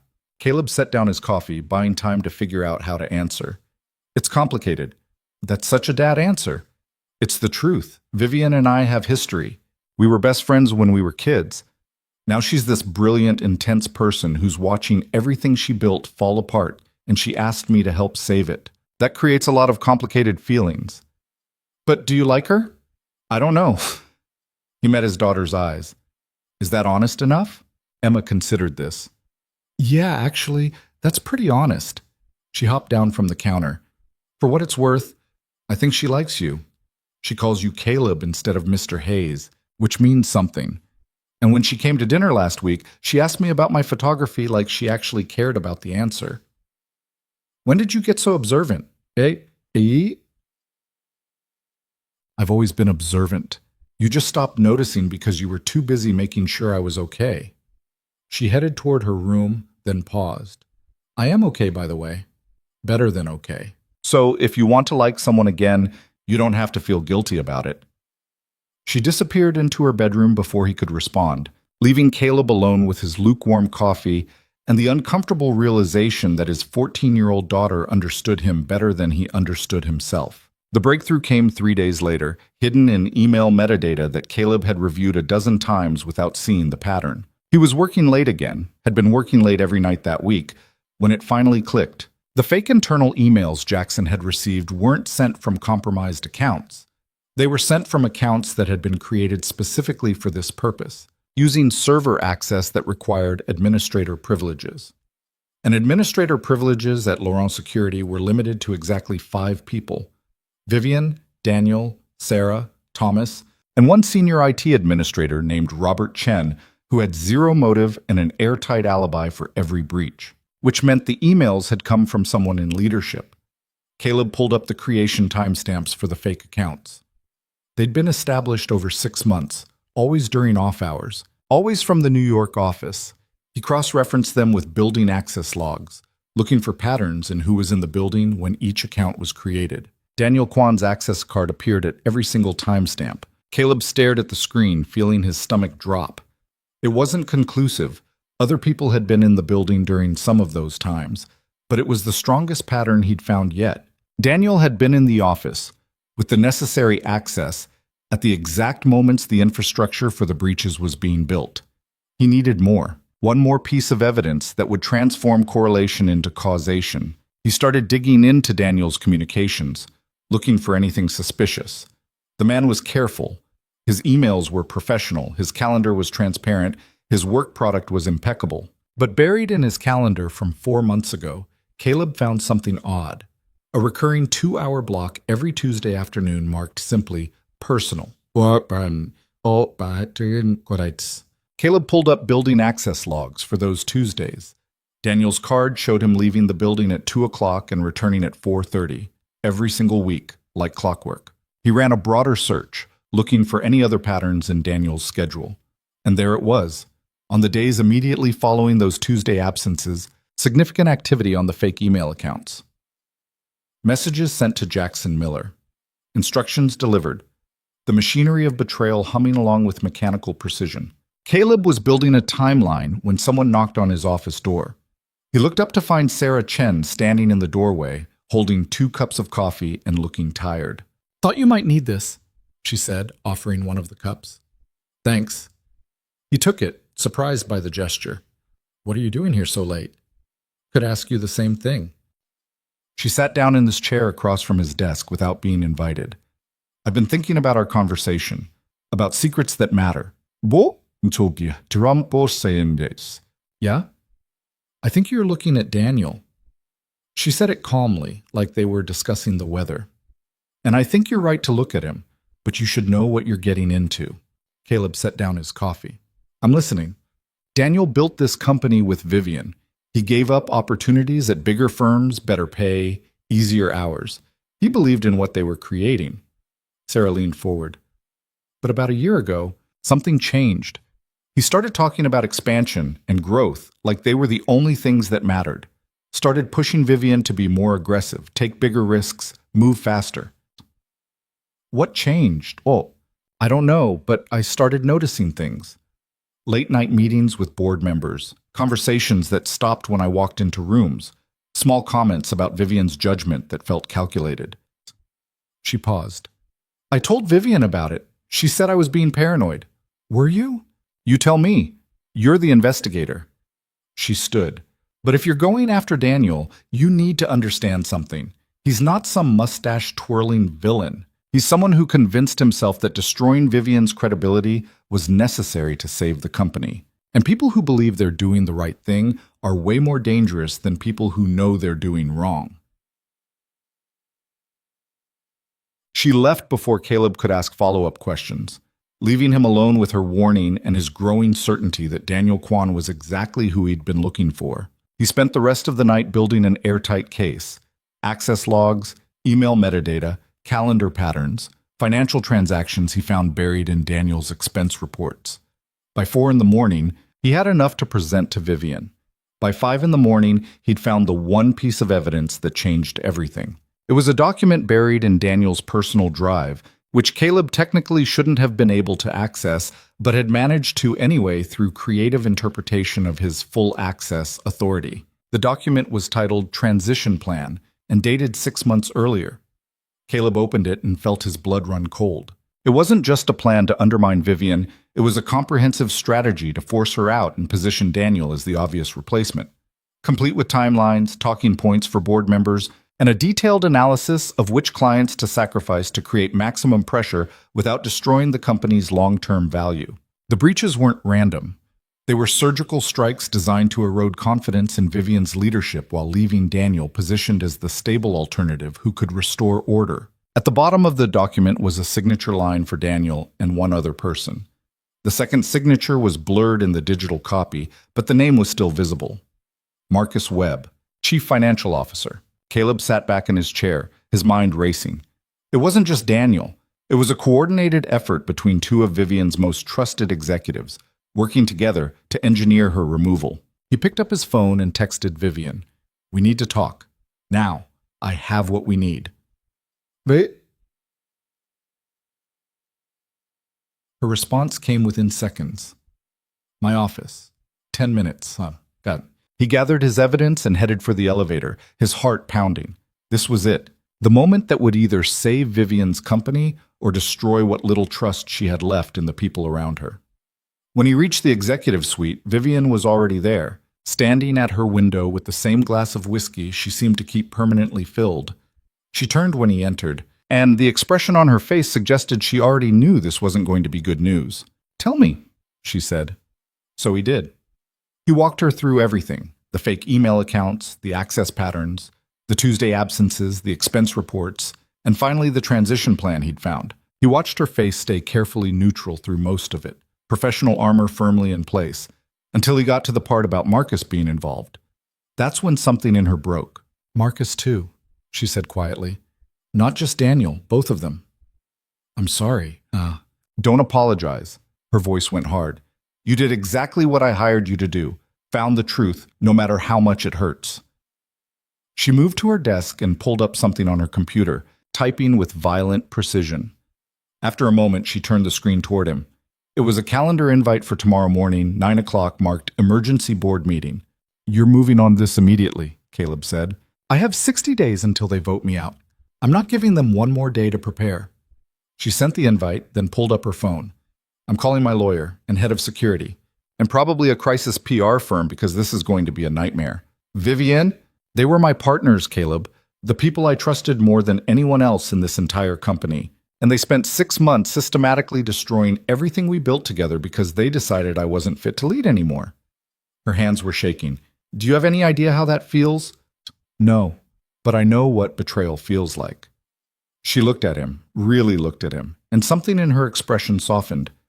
"I know you do. I'm sorry. This isn't your trauma to manage. We're in this together," he said. "That was the deal. The deal was you investigate, and I pay you $5 million. The deal changed." He moved closer. "You asked me here because you needed someone you could trust. So trust me now. We'll get through tomorrow. We'll get through whatever comes after. But you don't have to do it alone." Vivian was quiet for a long moment, her eyes bright with tears she refused to let fall. Then she nodded once, sharp and decisive, and picked up her phone to start making the calls that would change everything. The emergency board meeting was scheduled for 9 the next morning, but Caleb arrived at 7 to prepare.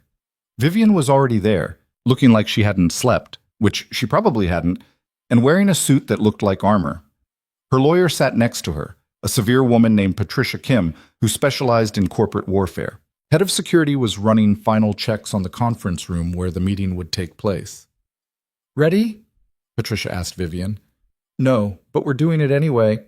The board members arrived at 8:45, looking confused and annoyed at being summoned on 12 hours' notice. Daniel and Marcus arrived at 8:50, together, which told Caleb they'd already coordinated their strategy for whatever they thought this meeting was about. At 9 o'clock exactly, Vivian called the meeting to order. "Thank you all for coming on short notice," she began, her voice steady and professional. "I've called you here because I've uncovered evidence of a conspiracy to undermine this company and force my removal as CEO." The room erupted in overlapping voices, confusion and anger mixing together. Daniel's face went carefully blank, the expression of someone who'd been caught but hadn't admitted it yet. "That's a serious accusation," Board Chair Helen Martinez said, her voice cutting through the chaos. "I assume you have evidence?" "Extensive evidence." Vivian nodded to Caleb. "Mr. Hayes has been conducting an independent investigation into the security breaches that have plagued this company. What he found goes far beyond simple security failures." "In Worsham, Ian." Caleb stood and began presenting his findings, walking the board through the timeline of fake email accounts, manipulated employees, and strategic breaches designed to erode confidence in Vivian's leadership. He showed them the access logs that pointed to Daniel, the expense reports that connected Marcus, and finally, the transition plan that laid out their entire strategy in black and white. By the time he finished, the room was silent. "This is ridiculous," Daniel said finally. "These are circumstantial patterns being interpreted by someone with no understanding of how this company actually works." "The transition plan has your digital signature on it," Patricia said calmly, "as does Marcus's. That's not circumstantial. Anyone could have created that document and forged our signatures." Could they also have forged your building access records? Your email metadata? The calendar blocks that align perfectly with every piece of infrastructure used to execute these breaches?" Caleb met Daniel's eyes. "You were careful, but you weren't perfect." Marcus had gone pale, his CFO brain probably already calculating the legal and financial implications of being caught. "I want to speak with my lawyer." "That's your right," Vivian said. "But before you do, I want you both to understand something. This company, the one you claim to have been trying to save, employs 347 people who trusted you, who believed we were all working toward the same goal, and you weaponized that trust to serve your own ambitions. It wasn't about ambition, Daniel said, and for the first time his control slipped. It was about saving this company from your reckless leadership. You're brilliant, Vivian, but you're also stubborn and blind to your own weaknesses. The board was already losing confidence in you. I just accelerated an inevitable conclusion. By destroying client relationships and ruining people's careers? By creating the conditions for someone more qualified to take over before your decisions destroyed everything we built. He stood. I don't regret what I did. I regret that it came to this. Helen Martinez cleared her throat. Mr. Kwan, Mr. Webb, you're both terminated effective immediately. Security will escort you from the building. We'll be pursuing all available legal remedies for your actions. Bus. The meeting continued for another hour, dealing with crisis management and damage control and all the practical implications of losing two senior executives in one morning. Through it all, Vivian remained calm and professional, answering questions and making decisions like she hadn't just watched two of her oldest colleagues get escorted out by security. But when the board members finally left, and it was just Vivian, Caleb, and Patricia remaining in the conference room, Vivian's armor finally cracked. She sat down heavily, put her head in her hands, and let out a sound that was half laugh and half sob. I did it, she said. We did it. You did it, Caleb corrected. I just found the evidence. You had the courage to act on it. Well, courage or desperation. Hard to tell the difference sometimes. She looked up at him, and her eyes were red but clear. Thank you for finding the truth even though it was terrible. For being someone I could trust when trust felt impossible. That's what friends do. Is that what we are? Friends? Caleb thought about the question.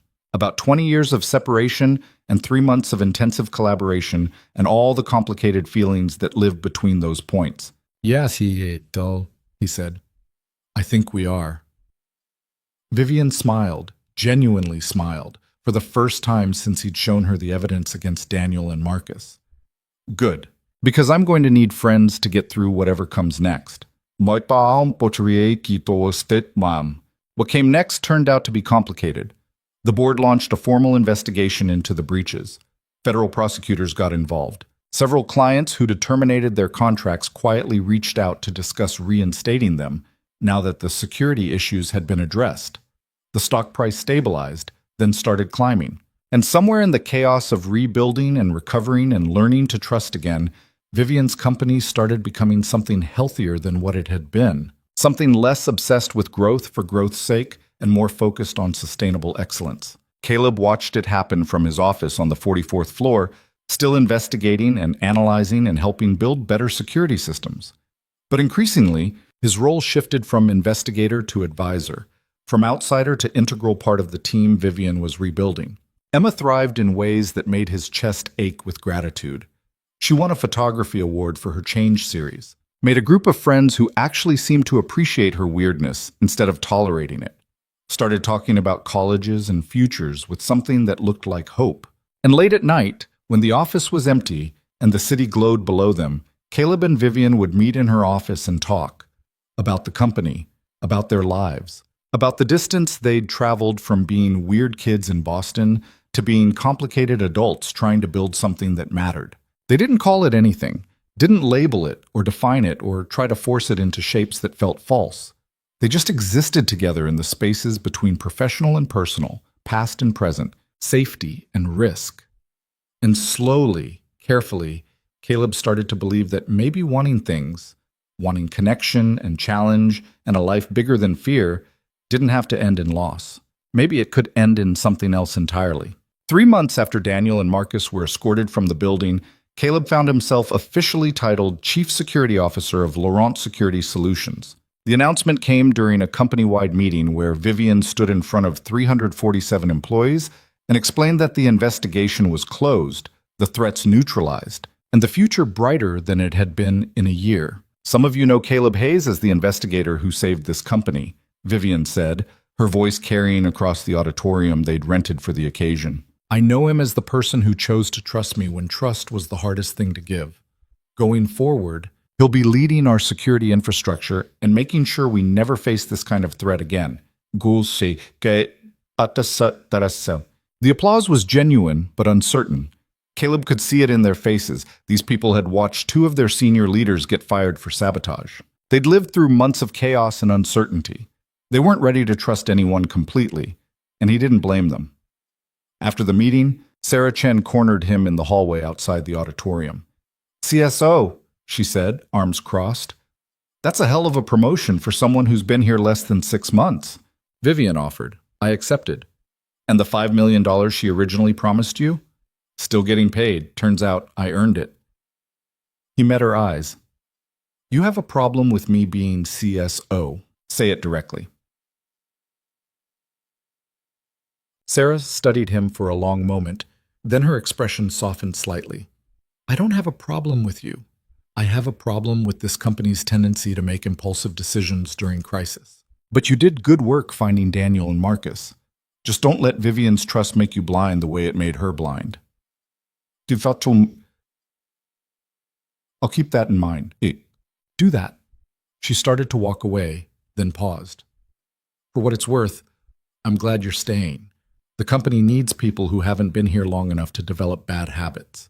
The next few weeks were a blur of hiring replacements for Daniel and Marcus, restructuring departments, and implementing new security protocols that actually made sense instead of just looking impressive on paper. Caleb found himself in meetings about budgets and personnel and strategic planning, all the corporate machinery he'd avoided for years. It was exhausting and occasionally mind-numbing, but it was also oddly satisfying.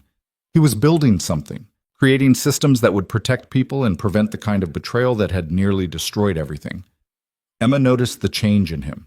She mentioned it one Saturday morning when they were having breakfast together, a rare occurrence now that Caleb's schedule had exploded into 70-hour weeks. "You seem different," she said, spreading cream cheese on a bagel with the precision of someone who'd perfected the technique. "Less stressed. I'm working twice as many hours as I did in Vermont." "Yeah, but in Vermont you were stressed about being bored. Now you're stressed about having too much to do." "That's a better kind of stress." "When did you become so wise?" I've always been wise. You're just finally noticing." She took a bite of bagel. "Speaking of noticing things, are you and Vivian dating?" Caleb nearly choked on his coffee. "What?" He said, "It's a simple question.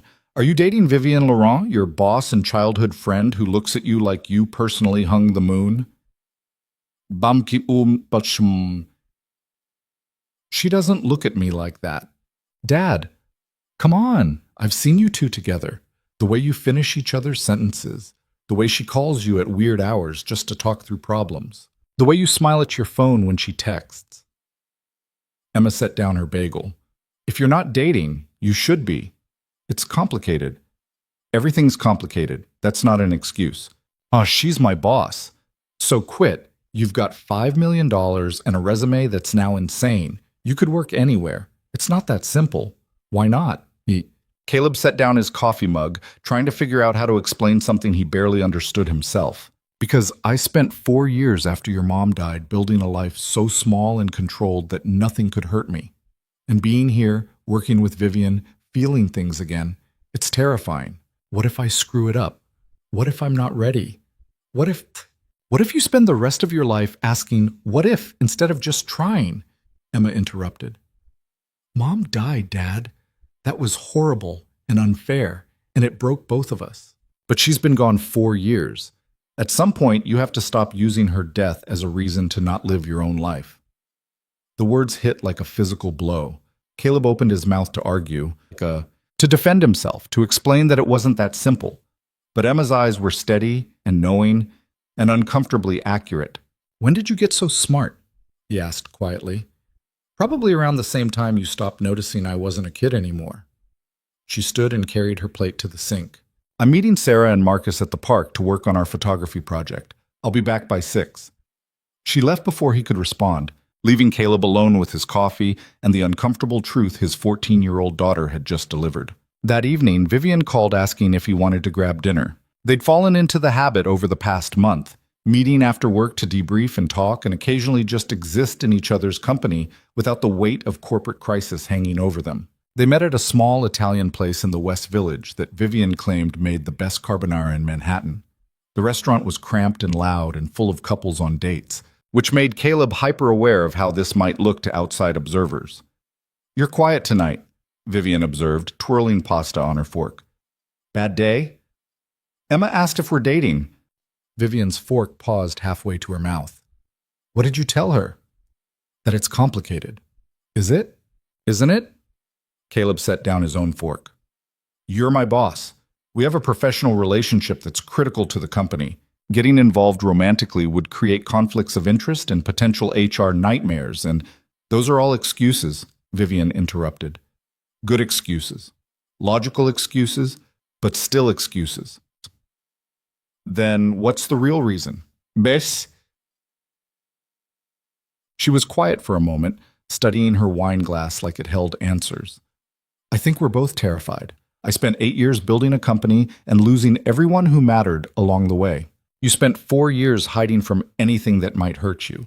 And now we're sitting here pretending this is just dinner between friends, when we both know it stopped being that weeks ago. So what do we do about it?" "Was?" "I don't know." She looked up at him. "But I know I don't want to spend another 20 years wondering what might have happened if we'd been brave enough to try." They finished dinner in charged silence, the conversation hanging between them like a question neither was quite ready to answer. When they left the restaurant, Vivian's hand brushed against his, and Caleb found himself taking it without thinking. They walked through the West Village holding hands like teenagers, not talking, just being together. "This is a terrible idea," Caleb said finally.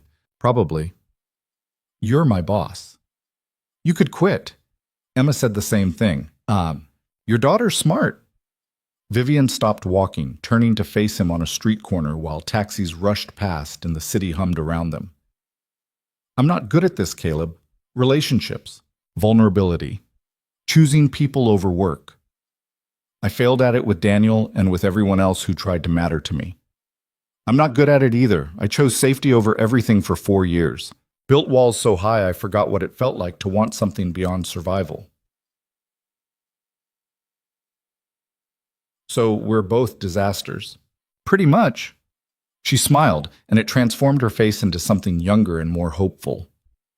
"Want to be disasters together?" Instead of answering with words, Caleb kissed her, right there on the street corner with 100 strangers walking past, and car horns blaring, and the whole messy chaos of New York surrounding them. She kissed him back like she'd been waiting for this since the night she showed up at his farmhouse in a blizzard. When they finally pulled apart, Vivian was laughing. "What's funny?" Caleb asked. "I just realized I have no idea how to date someone. I haven't done this since I was 25, and even then I was terrible at it. We'll figure it out together." That's very optimistic for someone who spent 4 years convinced happiness was a trap. "Maybe I'm learning." They walked back to Vivian's apartment. She lived in a penthouse in Tribeca that made Caleb's place look like a closet, and spent the rest of the night talking about Rachel and the grief that never quite disappeared but gradually became something you could live with. About Vivian's parents and their complete inability to see her as anything beyond a business asset. About Emma and her photography and the small miracle of watching her thrive in an environment that actually challenged her. "I'm scared," Vivian admitted around 2 in the morning when they were sitting on her couch with the city sprawled below them. "I'm scared I'll choose work over you the same way I chose work over everyone else.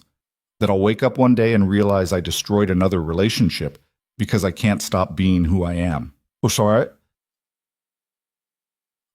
Who you are is someone who cares intensely about the things she builds and the people who depend on her. That's not a flaw." Caleb took her hand. "But maybe we both need to learn that caring about work and caring about people aren't mutually exclusive." Is that what you learned? In Vermont? "I learned that choosing safety over everything else is just another way of being reckless. Just slower." He squeezed her hand. "And I learned that Emma was right. At some point you have to stop asking what if and start trying." Vivian leaned against him, and they sat there in comfortable silence while the city lights flickered like promises neither of them was quite ready to believe yet. The next morning, Caleb woke up on Vivian's couch with a blanket thrown over him and a note on the coffee table. Had to leave early for board meeting. Coffee's in the kitchen. Don't overthink last night. V. He smiled at the note, pocketed it, and headed home to change before work. Emma was already awake, eating cereal and scrolling through her phone. So, she said without looking up, how was dinner? Good. Just good? Emma, shit. Fine, I won't pry. She looked up, grinning.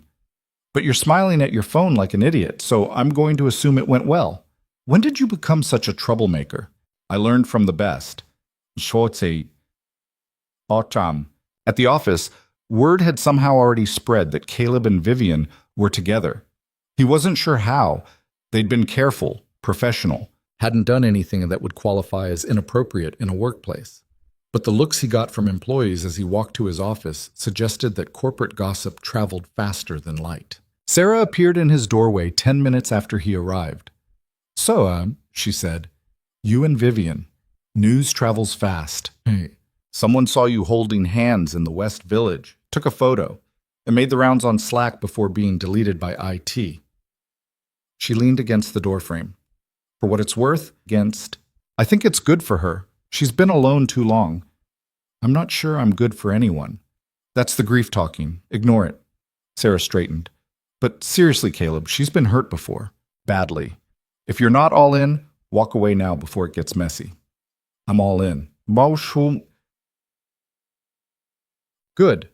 Because she deserves someone who won't leave when things get hard. The complications Sarah had warned about started surfacing within days. Employees who'd been neutral toward Caleb suddenly questioned every decision he made, wondering if he'd earned his position through merit or through his relationship with the CEO. Board members started asking uncomfortable questions about conflicts of interest. A competitor leaked a story to the press about Laurent Security's romantic entanglements affecting corporate governance. Vivian handled it with the same ruthless efficiency she applied to everything else. She called a company-wide meeting and addressed it directly. I'm aware there's been speculation about my personal life, she said, standing in the same auditorium where she'd announced Caleb's promotion. So let's clear it up. Yes, Caleb Hayes and I are in a relationship. No, it didn't influence his hiring or promotion. His position is based entirely on merit and the fact that he saved this company when no one else could. If anyone has concerns about conflicts of interest, my door is open. But I won't tolerate gossip or innuendo undermining people who've earned their place here. The directness worked. The gossip didn't disappear entirely. Corporate environments thrived on drama, but it lost its power to create real damage. What didn't go away was the pressure. Between Caleb's new role, Vivian's board obligations, and the ongoing federal investigation into Daniel and Marcus's sabotage, they were both working impossible hours. Dinners got canceled, weekends disappeared into emergency meetings. The relationship that had felt easy and natural suddenly required scheduling and coordination and conscious effort to maintain. This is insane, Caleb said one Friday night when they'd finally managed to carve out time together, only to both be glued to their laptops responding to separate crises. We work in the same building and I've barely seen you all week. I know. Vivian closed her laptop with a decisive snap. This is exactly what I was afraid of. That I'd fall into the same patterns that destroyed every other relationship I've tried to have. So what do we do? And I don't know. Hire more people? Delegate better? Actually take weekends off like normal humans? She rubbed her temples. Or maybe accept that this is who we are and figure out if we can love each other anyway. I don't want to accept that work has to consume everything. Neither do I. But I also don't know how to be someone who doesn't care intensely about what I build. She looked at him. Do you? Caleb thought about Vermont, about the quiet life he'd built that had felt safe but empty, about the version of himself who'd hidden from ambition and challenge and anything that might hurt. No, he admitted. I don't know how to not care, but maybe there's a middle ground between hiding from life and being consumed by it. Find it and let me know, Vivian said with a tired smile, because I've been looking for 20 years. The middle ground turned out to be harder to find than either of them hoped. They tried setting boundaries, No work talk after 9 p.m., mandatory lunch together twice a week, one full day off per month. But emergencies didn't respect boundaries, and the company was still rebuilding from months of crisis.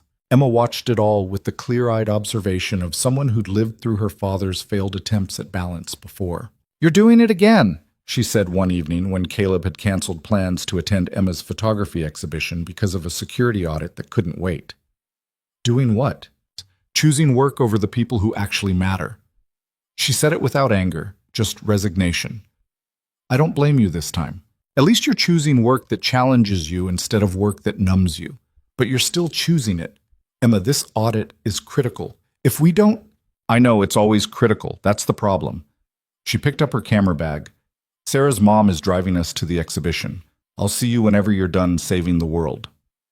She left, and Caleb sat alone in their apartment, feeling like he'd failed at the one thing he'd promised himself he wouldn't fail at anymore. He called Vivian. "I screwed up," he said when she answered. "What happened?" "I chose work over Emma. Again, just like I promised myself I wouldn't." "What?" Vivian was quiet for a moment. "Where's the exhibition?" "Chelsea, some gallery the school partnered with." "I'll pick you up in 20 minutes. Bring your laptop. We'll finish the audit in the car." "Vivian, you don't have to—" "Yes, I do.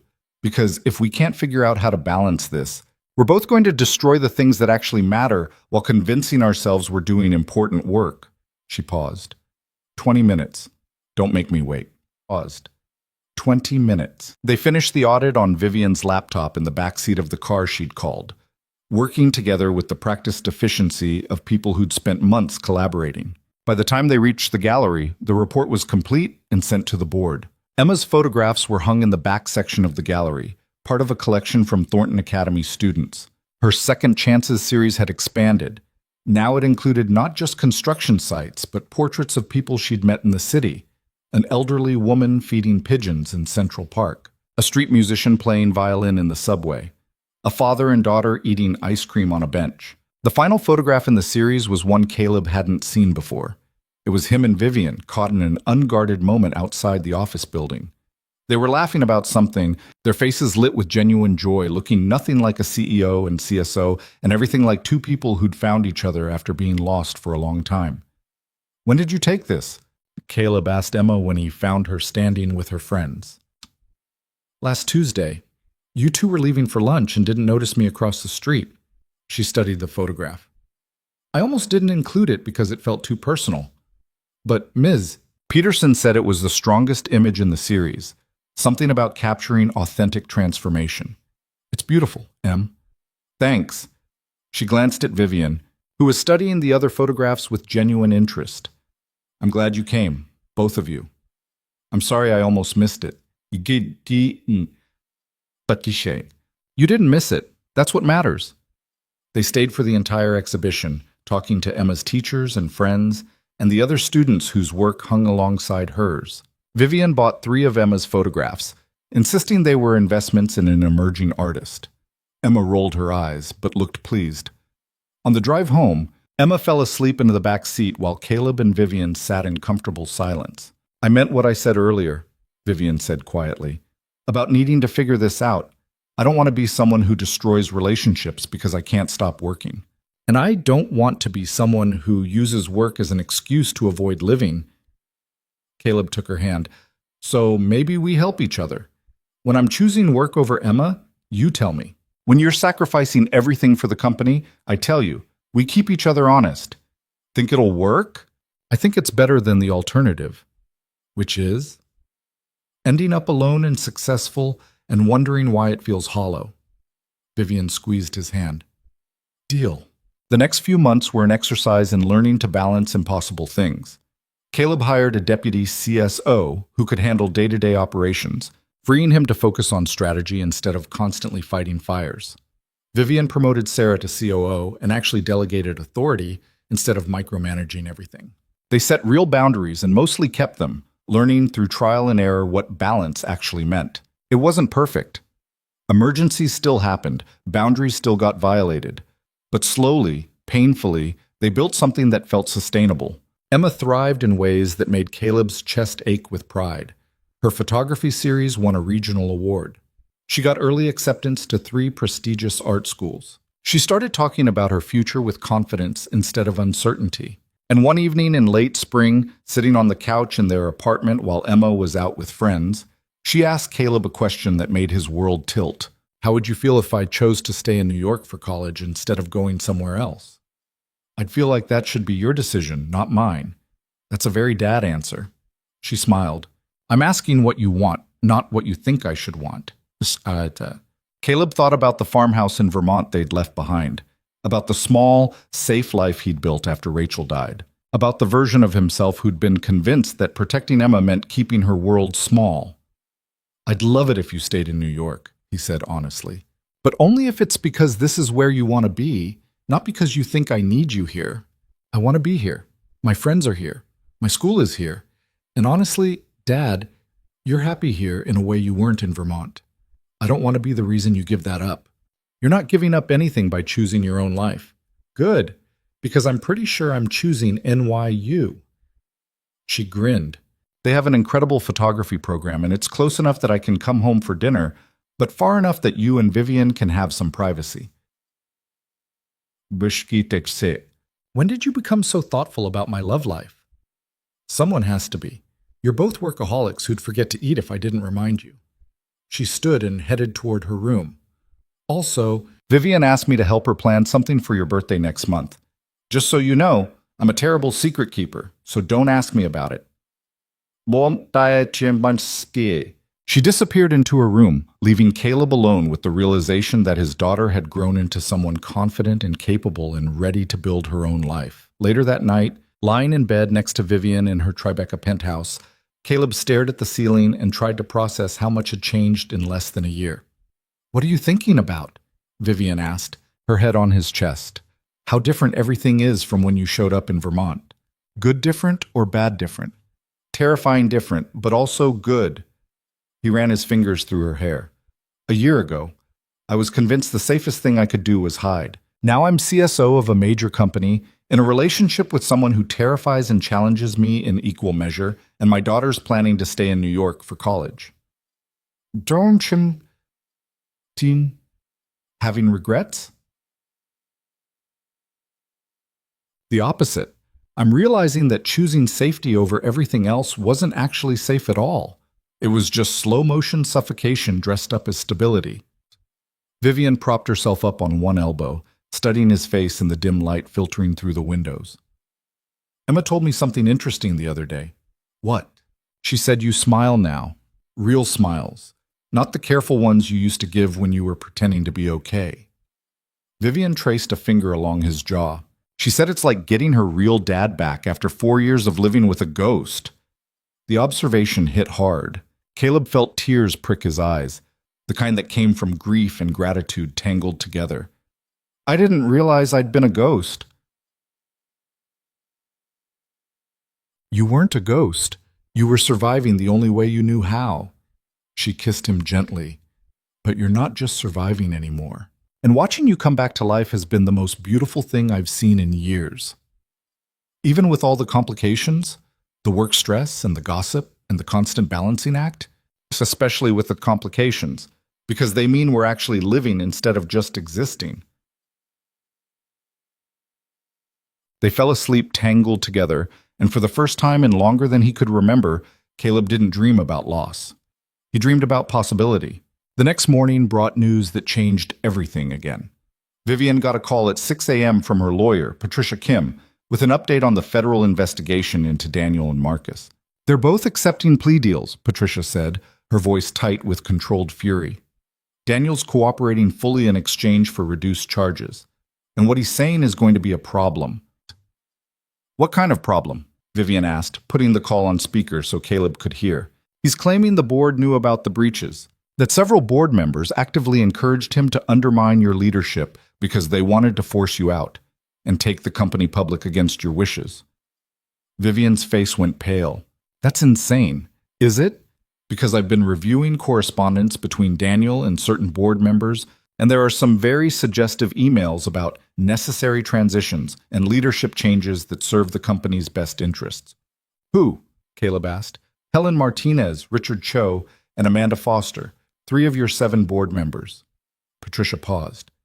If Daniel's telling the truth, this wasn't just 2 rogue executives. This was a coordinated effort involving your board of directors. Vivian sat down heavily on the edge of the bed, her hand shaking slightly. They wanted me gone. They wanted the company public. You were the obstacle. Patricia's voice softened. I'm sorry, Vivian. I know this is a betrayal on top of betrayal. What are my options? Legally, you can pursue action against the board members involved. Practically, you need to decide if you want to fight this or if you want to walk away before it destroys you. I'm not walking away. Then prepare for war, because this is going to get ugly. The call ended and Vivian sat in silence for a long moment. Caleb moved to sit beside her, taking her hand. I trusted them, she said quietly. Helen's been on the board since the beginning. Richard invested when we had nothing. Amanda was my mentor when I was starting out, and they all conspired to destroy me. Not destroy, remove. There's a difference. Is there? She looked at him. They decided I wasn't fit to lead the company I built, that my vision was wrong and their profit motive was right. How is that different from destruction? Because they wanted the company to survive. They just didn't want you leading it. That's supposed to make me feel better? No, it's supposed to help you understand their motivation so you can fight them effectively. Caleb squeezed her hand. You're not fighting people who want to destroy Laurent's security. You're fighting people who want to control it. That's a different battle. Vivian was quiet, processing. Then her expression hardened into something Caleb recognized. The look she got when she was done being hurt and ready to start breaking things. Call Patricia back, she said. Tell her I want a full audit of every board member's communications for the last 2 years. If they conspired against me, I want documentation. And then I want to call a special board meeting where I remove every single one of them. You can't remove your entire board. Watch me. Vivian, they betrayed me, Caleb. They sided with the people who sabotaged my company, manipulated my employees, and destroyed client relationships. They don't get to sit in judgment of my leadership anymore. She stood pacing. I'm done playing nice. I'm done trusting people who smile to my face while planning my removal. If they want war, I'll give them war. Caleb recognized the fury driving her words. He'd felt it himself after Rachel died, that burning need to fight back against unfairness, to make someone pay for the pain. But he'd also learned that fury without strategy was just another way of hurting yourself. Before you go to war, he said carefully, make sure you're fighting for the right reasons. Are you fighting to save the company or fighting to punish people who hurt you? Vivian stopped pacing. Does it matter? Well, yeah, it matters. He stood and moved to her. One of those fights you can win. The other one just makes you into someone you'll hate. She stared at him for a long moment, anger and pain and exhaustion warring across her face. Then she collapsed against him, and he held her while she shook with silent tears. I'm so tired of being betrayed, she whispered. I'm tired of trusting people and having them prove I was stupid to believe in them. You're not stupid. You're human. Well, same difference sometimes. They stood there together while the sun rose over Manhattan, 2 people who'd spent too long believing that success meant sacrificing trust. Learning, slowly and painfully, that maybe the real betrayal was convincing yourself that isolation was strength. What would you do? Vivian asked finally. If you were me, I'd document everything, build an airtight case. Then I'd give the board members involved one chance to resign quietly before going public with what they did. He pulled back to look at her, not because they deserve mercy, because you deserve to move forward instead of getting stuck in a legal battle that destroys the next 2 years of your life. That's very mature of you. I learned it the hard way. After Rachel died, I wanted to punish the world for taking her. Instead, I just punished myself and Emma by hiding from everything. He tucked a strand of hair behind her ear. Don't make my mistake. Don't let other people's betrayal turn you into someone you're not. Vivian nodded slowly, then pulled out her phone and called Patricia back. I want documentation on the board members involved, she said. Everything they said, every email they sent, every meeting where they discussed removing me. But I'm not going to war. I'm giving them one chance to resign before I expose them. That's generous, Patricia said. It's strategic. I want them gone, but I don't want to spend the next 2 years in court when I could be building something better. I'll start pulling the documentation today. The next week was a masterclass in controlled fury.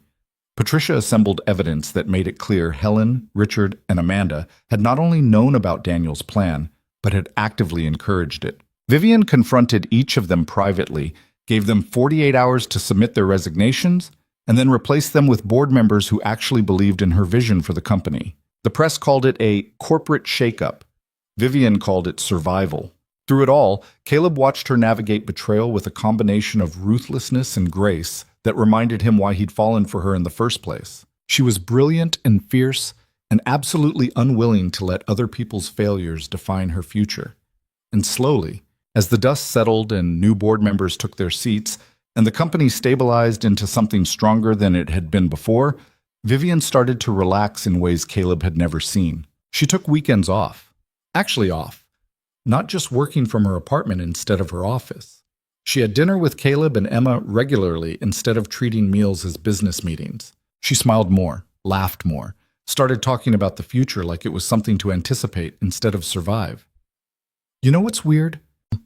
she said one evening while they were having dinner at the apartment, the three of them around the table like an accidental family. "What?" Emma asked. "I spent 8 years building a company and convinced myself that was enough. That success meant sacrifice and loneliness was the price of ambition." Vivian looked between Caleb and Emma. "But sitting here with you two, eating takeout and talking about nothing important, this feels more valuable than any board meeting I've ever had."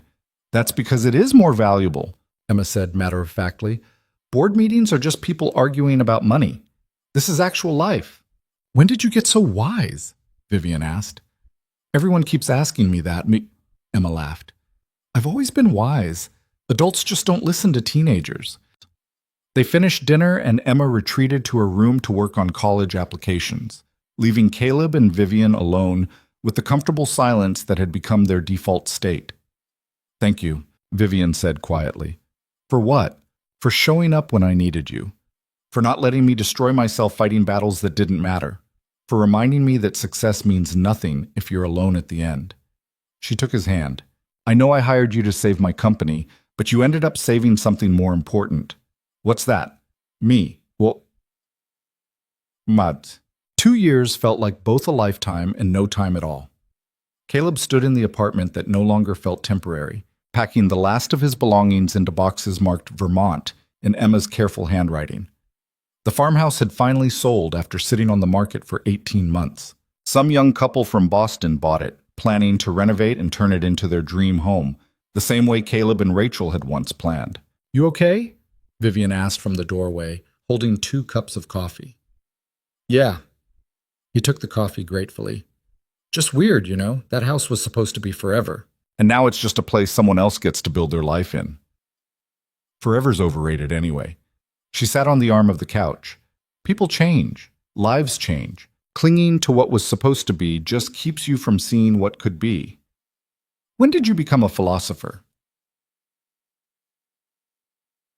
"Around the same time I stopped working 80-hour weeks and actually had time to think." She sipped her coffee. "The closing's at 2, right?" "Yeah, my lawyer said it should be straightforward. Sign some papers, hand over the keys, walk away with a check I don't really need. So what are you going to do with the money?" Caleb had been thinking about that question for weeks. The farmhouse sale would net him about $400,000 after fees and taxes. Combined with the $5 million Vivian had paid him 2 years ago, he had more money than he'd ever imagined having. Enough to do something meaningful. Enough to matter. "I want to start a foundation," he said, "for families dealing with terminal illness. Help with medical bills, counseling, practical support. All the things Rachel and I needed but couldn't afford." Vivian's expression softened. "That's perfect. Emma helped me come up with the idea. She said Mom would have wanted her death to mean something beyond just loss." He set down his coffee. "I'm calling it the Rachel Hayes Foundation, if that's not too sentimental." "It's exactly the right amount of sentimental." Vivian moved to sit next to him properly. "You want help setting it up? I know some lawyers who specialize in nonprofits." "You don't have to. I want to. Besides, you helped save my company. Least I can do is help you build something that matters." They sat together in comfortable silence. The kind that came from 2 years of learning each other's rhythms and moods and unspoken languages. The apartment was nearly empty now. Emma had moved into her NYU dorm 3 weeks earlier, taking most of the chaos and energy with her. What remained felt deliberately quiet, like the space was waiting to be filled with whatever came next.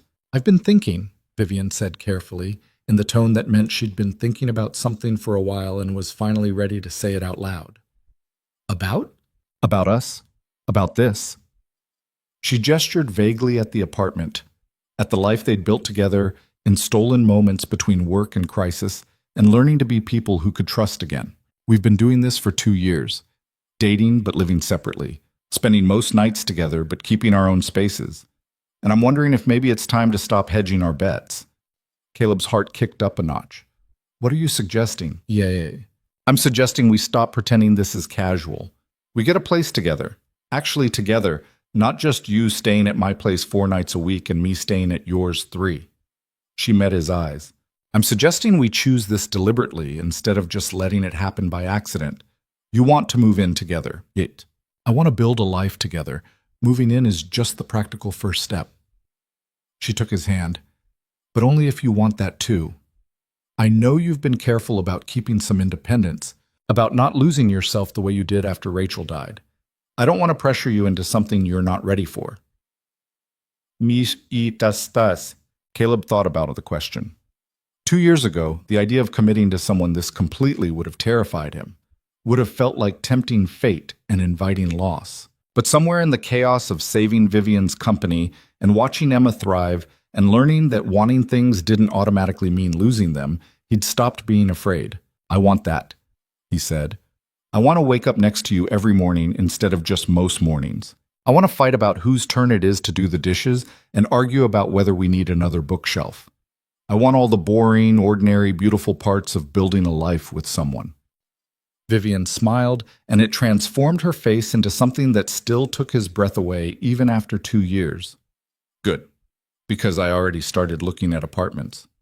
"Of course you did. I'm decisive. It's one of my better qualities." She pulled out her phone and showed him listings. "I was thinking Brooklyn. Closer to Emma's school, more space than Manhattan, actual trees on some streets." They spent the next hour looking at apartments on her phone, debating neighborhood character and commute times and whether they really needed 3 bedrooms or if 2 would suffice. It felt domestic and normal and exactly right. The closing on the Vermont farmhouse went exactly as predicted, straightforward and slightly sad. Caleb signed papers transferring ownership to people he'd never met, shook hands with lawyers, and accepted a check that represented the end of one chapter and the beginning of another. On the drive back to the city, he called Emma. "Hey, Dad," she answered, her voice bright. "How'd it go?" "It went. The house is officially sold." "How do you feel?" Lighter than I expected, like I've been carrying something heavy and finally got permission to put it down." Shabaos one. He merged onto the highway. "You doing okay? Settling into the dorm?" "It's amazing. My roommate's kind of messy, but also kind of hilarious. We stayed up until 3 last morning talking about whether reality is objective or just collective hallucination." "That sounds very college." "It is very college. I love it." She paused. "Sarah and I are planning to grab coffee later if you want to join. She's asking about the foundation you're starting." "She is?" "Yeah. Apparently her aunt died of cancer last year, and she thinks what you're doing is important." Emma's voice went softer. "I told her about Mom.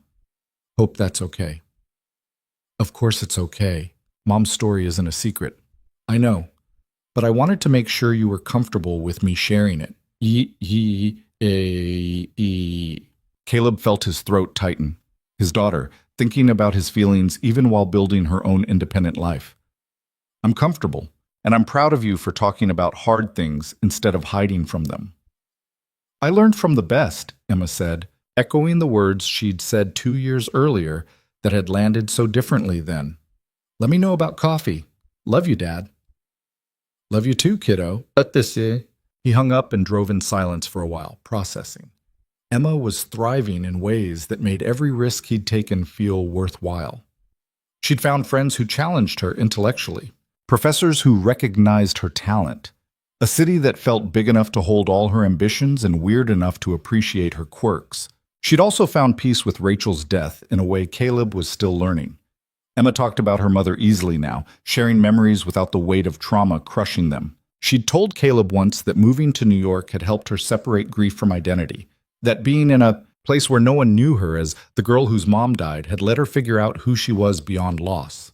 "I'm still her daughter," Emma had said, "but I'm also a photographer and a friend and a person who exists independently of tragedy. Vermont never let me be that." Caleb understood. Vermont had been safe, but suffocating. New York was chaotic, but liberating. The difference mattered. Back at the apartment, he found Vivian on her laptop, reviewing security protocols for a new client Laurent Security had just signed. She looked up when he entered, reading his face with the practiced ease of someone who'd learned his moods. "The house is gone," she said. It wasn't a question. "The house is gone." "How does it feel?" "Skaz, like closure." "Finally." He sat next to her and she closed her laptop, giving him her full attention. "I kept that house as a shrine to everything I'd lost. Selling it feels like permission to stop mourning and start living. You've been living for 2 years. Shim opris ispotskate. I've been trying to live. There's a difference." He took her hand. "Trying feels temporary, like you're testing whether happiness is real or just a brief reprieve before the next disaster. Actually, living means believing the good things get to last." "Do you believe that now?" "I'm starting to." He squeezed her hand. "Helps that the good things keep proving themselves real." They spent the evening looking at apartments in Brooklyn, actually visiting them this time instead of just scrolling through listings. They saw a renovated brownstone with exposed brick and original hardwood floors, a modern condo with floor-to-ceiling windows and a doorman, a quirky loft in a converted factory with weird angles and character for days. By the time they reached the 5th apartment, Caleb's brain was full of square footage and natural light in commute times. But Vivian looked energized, her analytical mind cataloging pros and cons with the same intensity she applied to business strategy. "This one," she said, standing in the living room of a 3-bedroom apartment in Park Slope. "This is the one." "What makes you so sure?" "It has space for your foundation office, a room for Emma when she visits, enough kitchen for both of us to cook without murdering each other. And look at that backyard." She pointed to the small garden visible through the back windows. "Actual grass in Brooklyn. That's basically a miracle." Caleb looked around the space, trying to imagine their lives filling it. Morning coffee in the kitchen, work calls in the office, Emma coming home for weekends and holidays, Vivian reading on the couch while he cooked dinner. All the ordinary moments that added up to a life. "You're right," he said. "This is the one." They put in an offer that night, and by the following week, it was accepted. The apartment would be theirs by the end of the month, which meant they had 4 weeks to pack up their separate lives and merge them into something shared. Emma helped them move, recruiting her college friends to carry boxes and assemble furniture in exchange for pizza and beer. The apartment filled with chaos and laughter and the particular brand of disorder that came from combining 2 people's belongings into one space. "Where do you want the photos?" Emma asked, holding a box marked Rachel, Memories. Caleb had been dreading this moment. The photos of Rachel felt sacred and private, but they also deserved to be visible. She'd been part of his life, part of Emma's life. Pretending otherwise felt like erasure. "The hallway," he said, "between the living room and the bedrooms. So she's part of the house, but not the center of it." Emma nodded approvingly. Mom would have liked that. Being present without being the whole story. They hung the photos together, Rachel laughing at their wedding, Rachel holding newborn Emma, Rachel and Caleb on their last vacation before she got sick. They hung them alongside photos of Emma's artwork, pictures from Caleb and Vivian's adventures over the past 2 years, and a candid shot of all 3 of them at Emma's photography exhibition. The hallway became a timeline, past and present existing together without conflict. Proof that honoring what was lost didn't mean you couldn't embrace what was found. By the time they finished unpacking, the apartment felt like home in a way Caleb hadn't expected. Not because it was perfect, there were still boxes in corners and furniture that didn't quite fit, but because it was deliberately chosen. A space they'd built together instead of inherited or defaulted into. That night, After Emma and her friends left and the chaos settled into quiet, Caleb and Vivian sat on their new couch, drinking wine and looking at the backyard garden lit by string lights they'd hung earlier. "We did it," Vivian said softly. "Did what?" "Built something real, together." She leaned against him. 2 years ago, I was convinced I was incapable of maintaining a relationship. That work would always win, and I'd always end up alone. But here we are, living together, planning futures, proving I was wrong about myself. You were never incapable. You just needed to find someone stubborn enough to call you out when you were choosing work over life. And someone patient enough to let me learn at my own pace. She looked up at him. "Thank you for that. For not giving up when I was difficult." "You weren't difficult. You were scared. There's a difference." They finished their wine and went to bed in their new bedroom, in their new home, in the life they'd chosen deliberately. And Caleb slept better than he had in years. The Rachel Hayes Foundation officially launched 6 months later, on what would have been Rachel's 41st birthday. The launch event was small and intimate, held at a community center in Brooklyn with about 50 people in attendance, family support groups, social workers, hospital administrators, people who understood intimately what families facing terminal illness needed. Emma gave a speech about her mother that was honest and heartbreaking and hopeful all at once. "My mom died when I was 10, she said, standing at a small podium with the kind of composure that made Caleb's chest hurt with pride. "And for a long time, that was my whole identity. I was the girl whose mom died. The girl everyone pitied. The girl who didn't know how to talk about normal things because tragedy was the only thing that felt real." She paused, looking out at the audience. "My dad dealt with it by hiding. We moved to Vermont and built a life so small and safe that nothing could hurt us, which sounds good in theory, but in practice just meant we were both slowly suffocating under the weight of unprocessed grief." Caleb felt Vivian take his hand, squeezing gently. "This foundation exists because my dad finally learned that honoring my mom didn't mean staying stuck in the moment we lost her," Emma continued. "It meant taking everything she taught us about kindness and resilience and using it to help other families going through the same nightmare we lived through, so that maybe they don't have to feel as alone as we did." Setseman. She looked directly at Caleb. "Mom would have loved this, not because it has her name on it, but because it turns our worst experience into something that helps people." And that's who she was, someone who believed suffering should lead to compassion, not bitterness. The audience applauded, and Emma stepped down from the podium with tears in her eyes that she didn't bother hiding. Caleb pulled her into a hug that lasted longer than was probably appropriate for a formal event, but he didn't care. "She'd be so proud of you," he whispered. "She'd be proud of both of us," Emma whispered back. The foundation started small, helping 5 families in its first month, then 12, then 23. Word spread through hospital social workers and oncology departments and support groups. Stories came back of medical bills paid, therapy sessions funded, practical help provided when families were too overwhelmed to ask for it. Every thank you note that arrived at the foundation office felt like vindication, like proof that Rachel's death hadn't been meaningless, like something beautiful could grow from soil fertilized by grief. Caleb split his time between the foundation and his role as CSO at Laurent Security, learning to balance 2 professional identities instead of letting one consume him entirely. Vivian had restructured the company over the past 2 years, bringing in new leadership that actually shared her vision instead of fighting it. Sarah Chen had thrived as COO, implementing operational changes that made the company more efficient without sacrificing ethics. The board was stable. The clients were happy. The stock price had recovered and then exceeded previous highs. Laurent Security had become exactly what Vivian dreamed it could be, a company that protected people and made money without compromising its values. And Vivian herself had become someone who could lead without sacrificing everything else that mattered. "I never thought I'd say this," she told Caleb one evening while they were cooking dinner together, "but I'm actually happy, like genuinely, consistently happy, instead of just occasionally satisfied with my accomplishments." "What changed?" "I stopped measuring my worth by quarterly earnings and client acquisitions.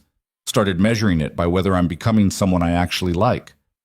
She stirred the pasta sauce. "Turns out those are very different metrics." "And do you like who you're becoming?" "Yeah, I really do." She looked at him. I like being someone who has dinner with her partner instead of working until midnight. I like being someone who takes Emma to photography shows and actually understands what she's trying to say with her art. I like being someone who runs a successful company without letting it consume my entire identity. That's because you finally learned what I spent 4 years refusing to learn, Caleb said. Which is? That balance isn't about choosing between work and life. It's about integrating them so one informs the other instead of destroying it.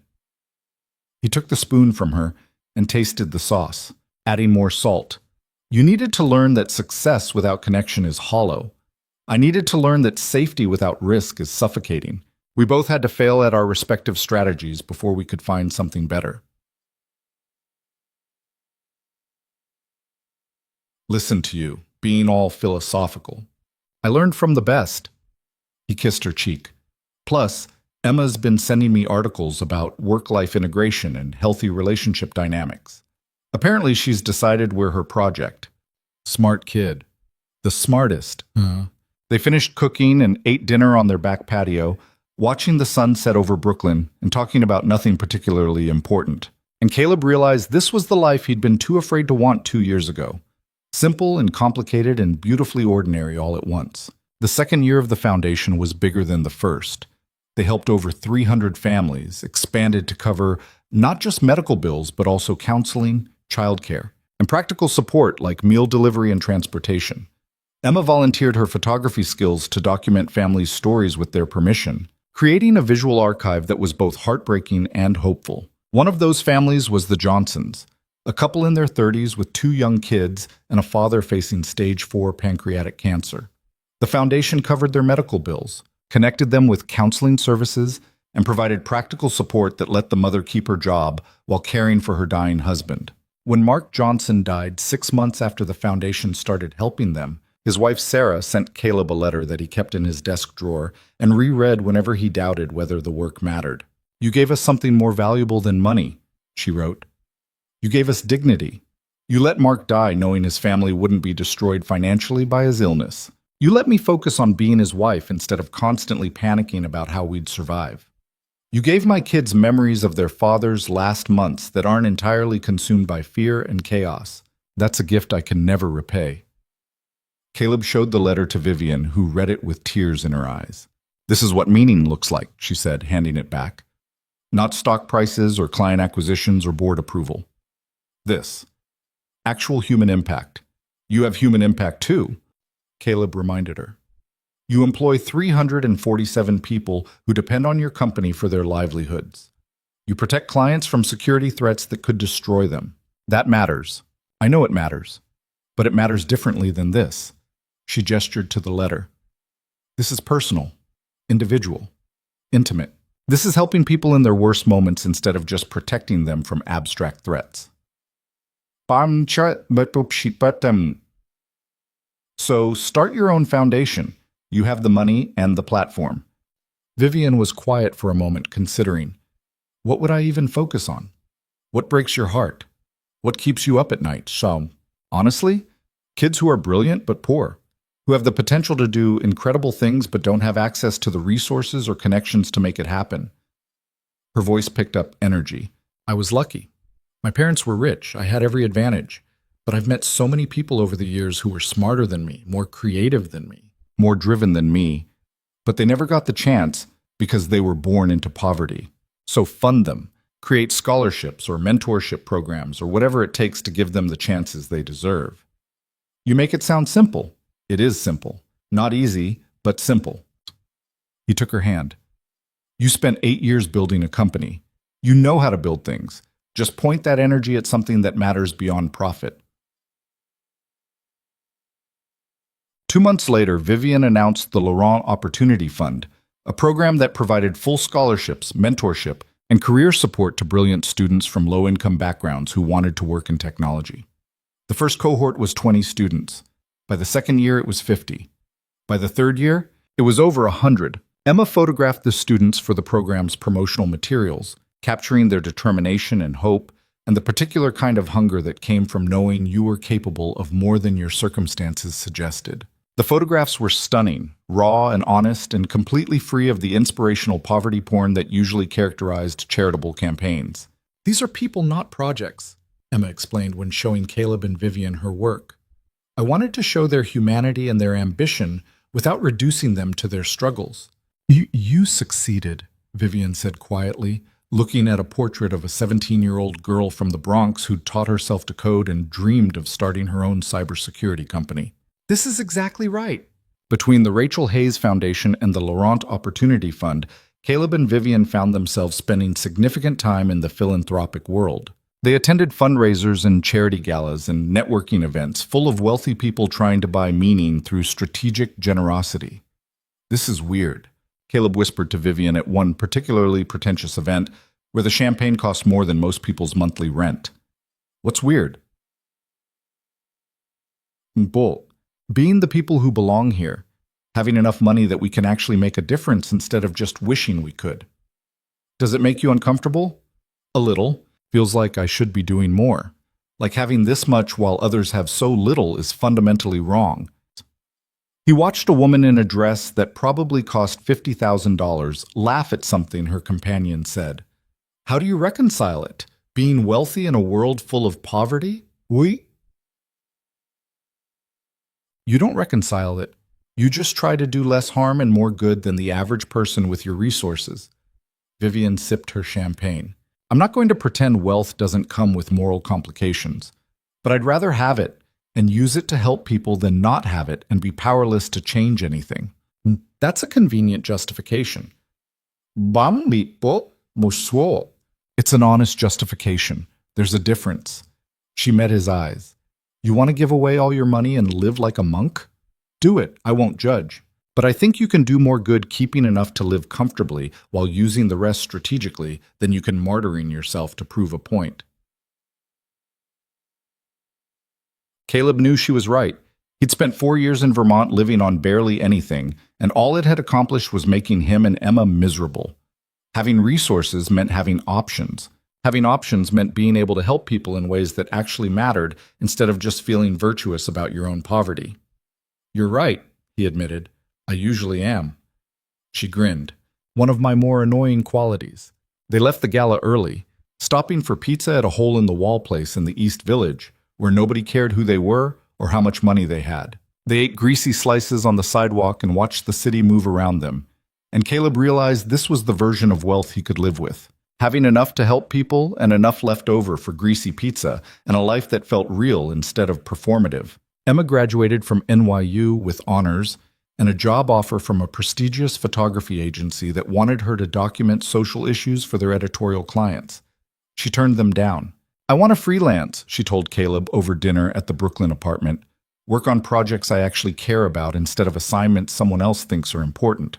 That's risky, Vivian pointed out. I know, but I've watched you two build careers around meaning instead of just security.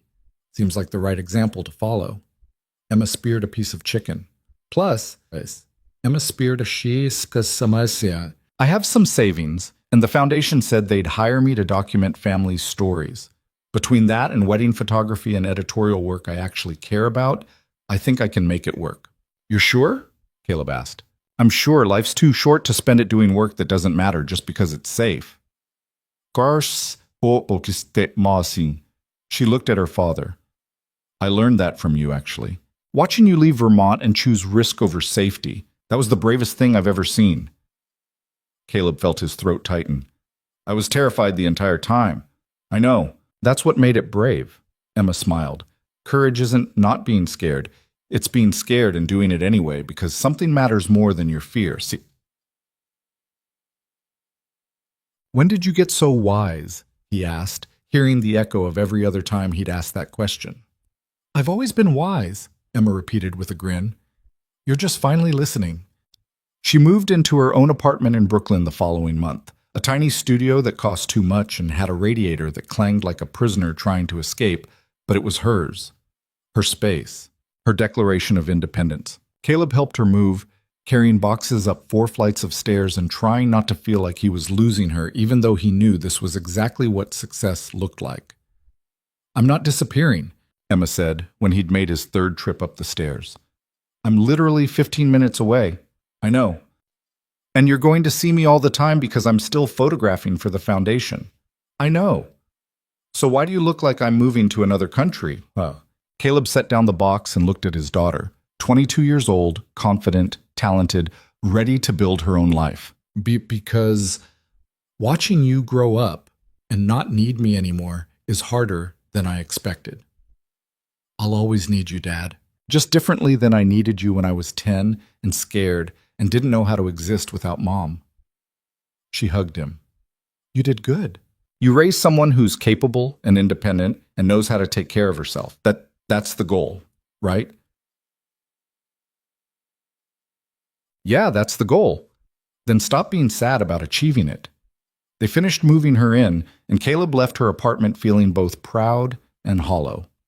Vivian was waiting in the car, reading something on her phone. How's she doing? Vivian asked. Great. She's absolutely great.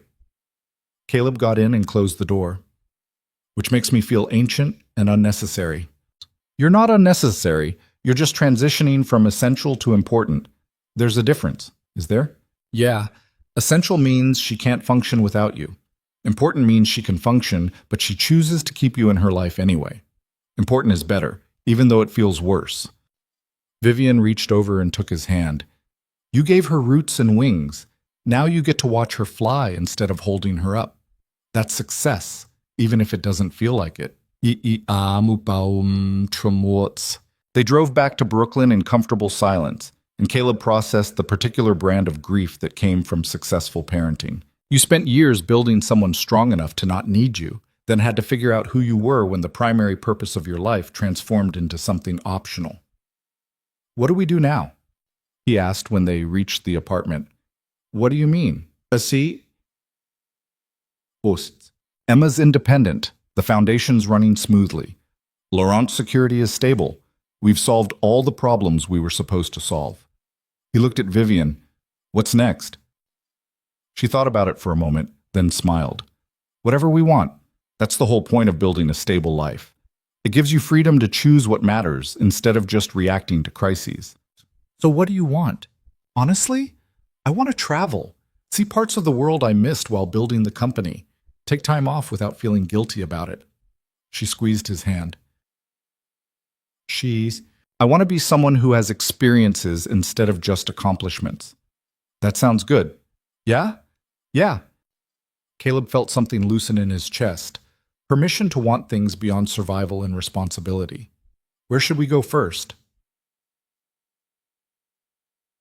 They ended up in Italy 3 months later, spending 2 weeks wandering through Rome and Florence and small Tuscan villages that felt frozen in time. Vivian spoke terrible Italian and insisted on ordering at every restaurant, mangling pronunciation so badly that waiters either laughed or pretended not to understand until Caleb intervened. They got lost in Venice, sunburned in the Amalfi Coast, and drunk on wine so good it made everything they'd ever consumed in America taste like gasoline. It was the first real vacation Caleb had taken since Rachel got sick, the first time he'd allowed himself to exist in the present, instead of constantly planning for disasters that might never come. One evening, sitting at a small restaurant overlooking the Mediterranean, Vivian reached across the table and took his hand.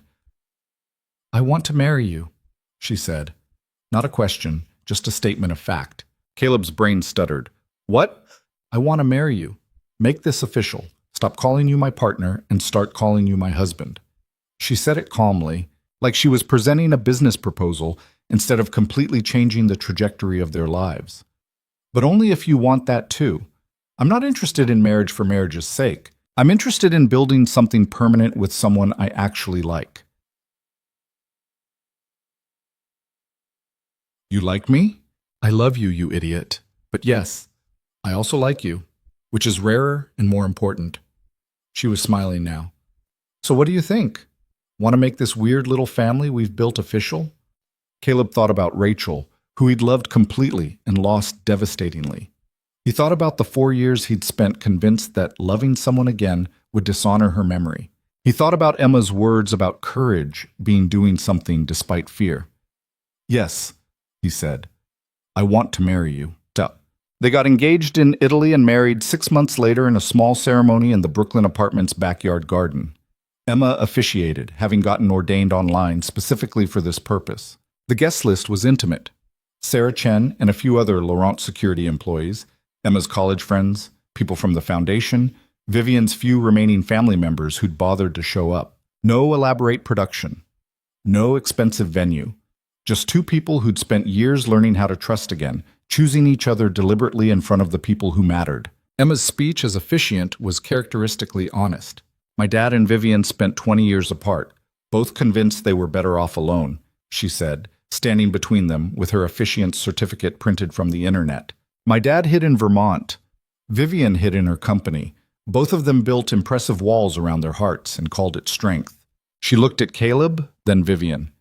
But real strength isn't protecting yourself from pain. It's choosing to be vulnerable again after you've been hurt. It's opening the door during a blizzard when someone from your past shows up asking for help. It's believing that good things can last, even though you've learned firsthand that nothing lasts forever. Caleb felt tears running down his face and didn't bother wiping them away. So here's what I want to say, Emma continued. Marriage isn't a finish line where everything becomes easy. It's a choice you make every day to keep showing up for someone even when it's hard, to keep choosing vulnerability over safety, to keep believing that love is worth the risk of loss. She turned to Caleb. Dad, do you choose Vivian? Every day. Even when she's difficult and obsessed with work, and sometimes forgets to eat because she's too focused on solving problems?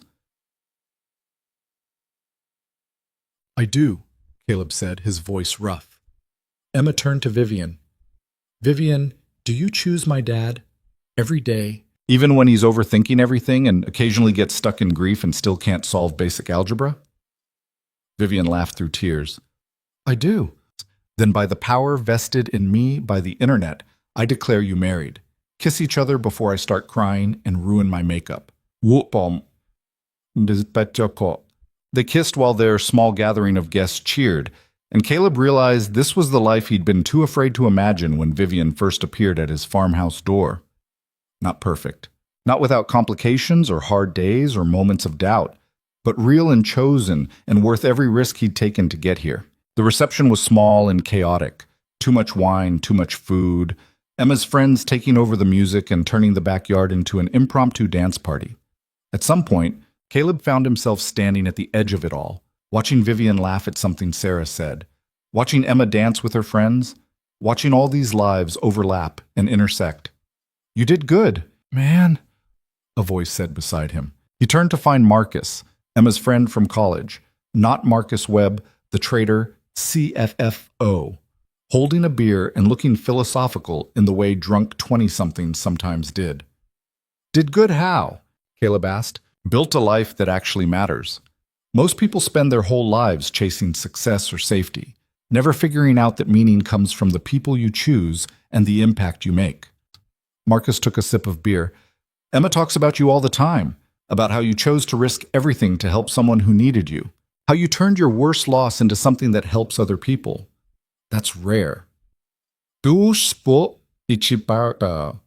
just did what I had to do.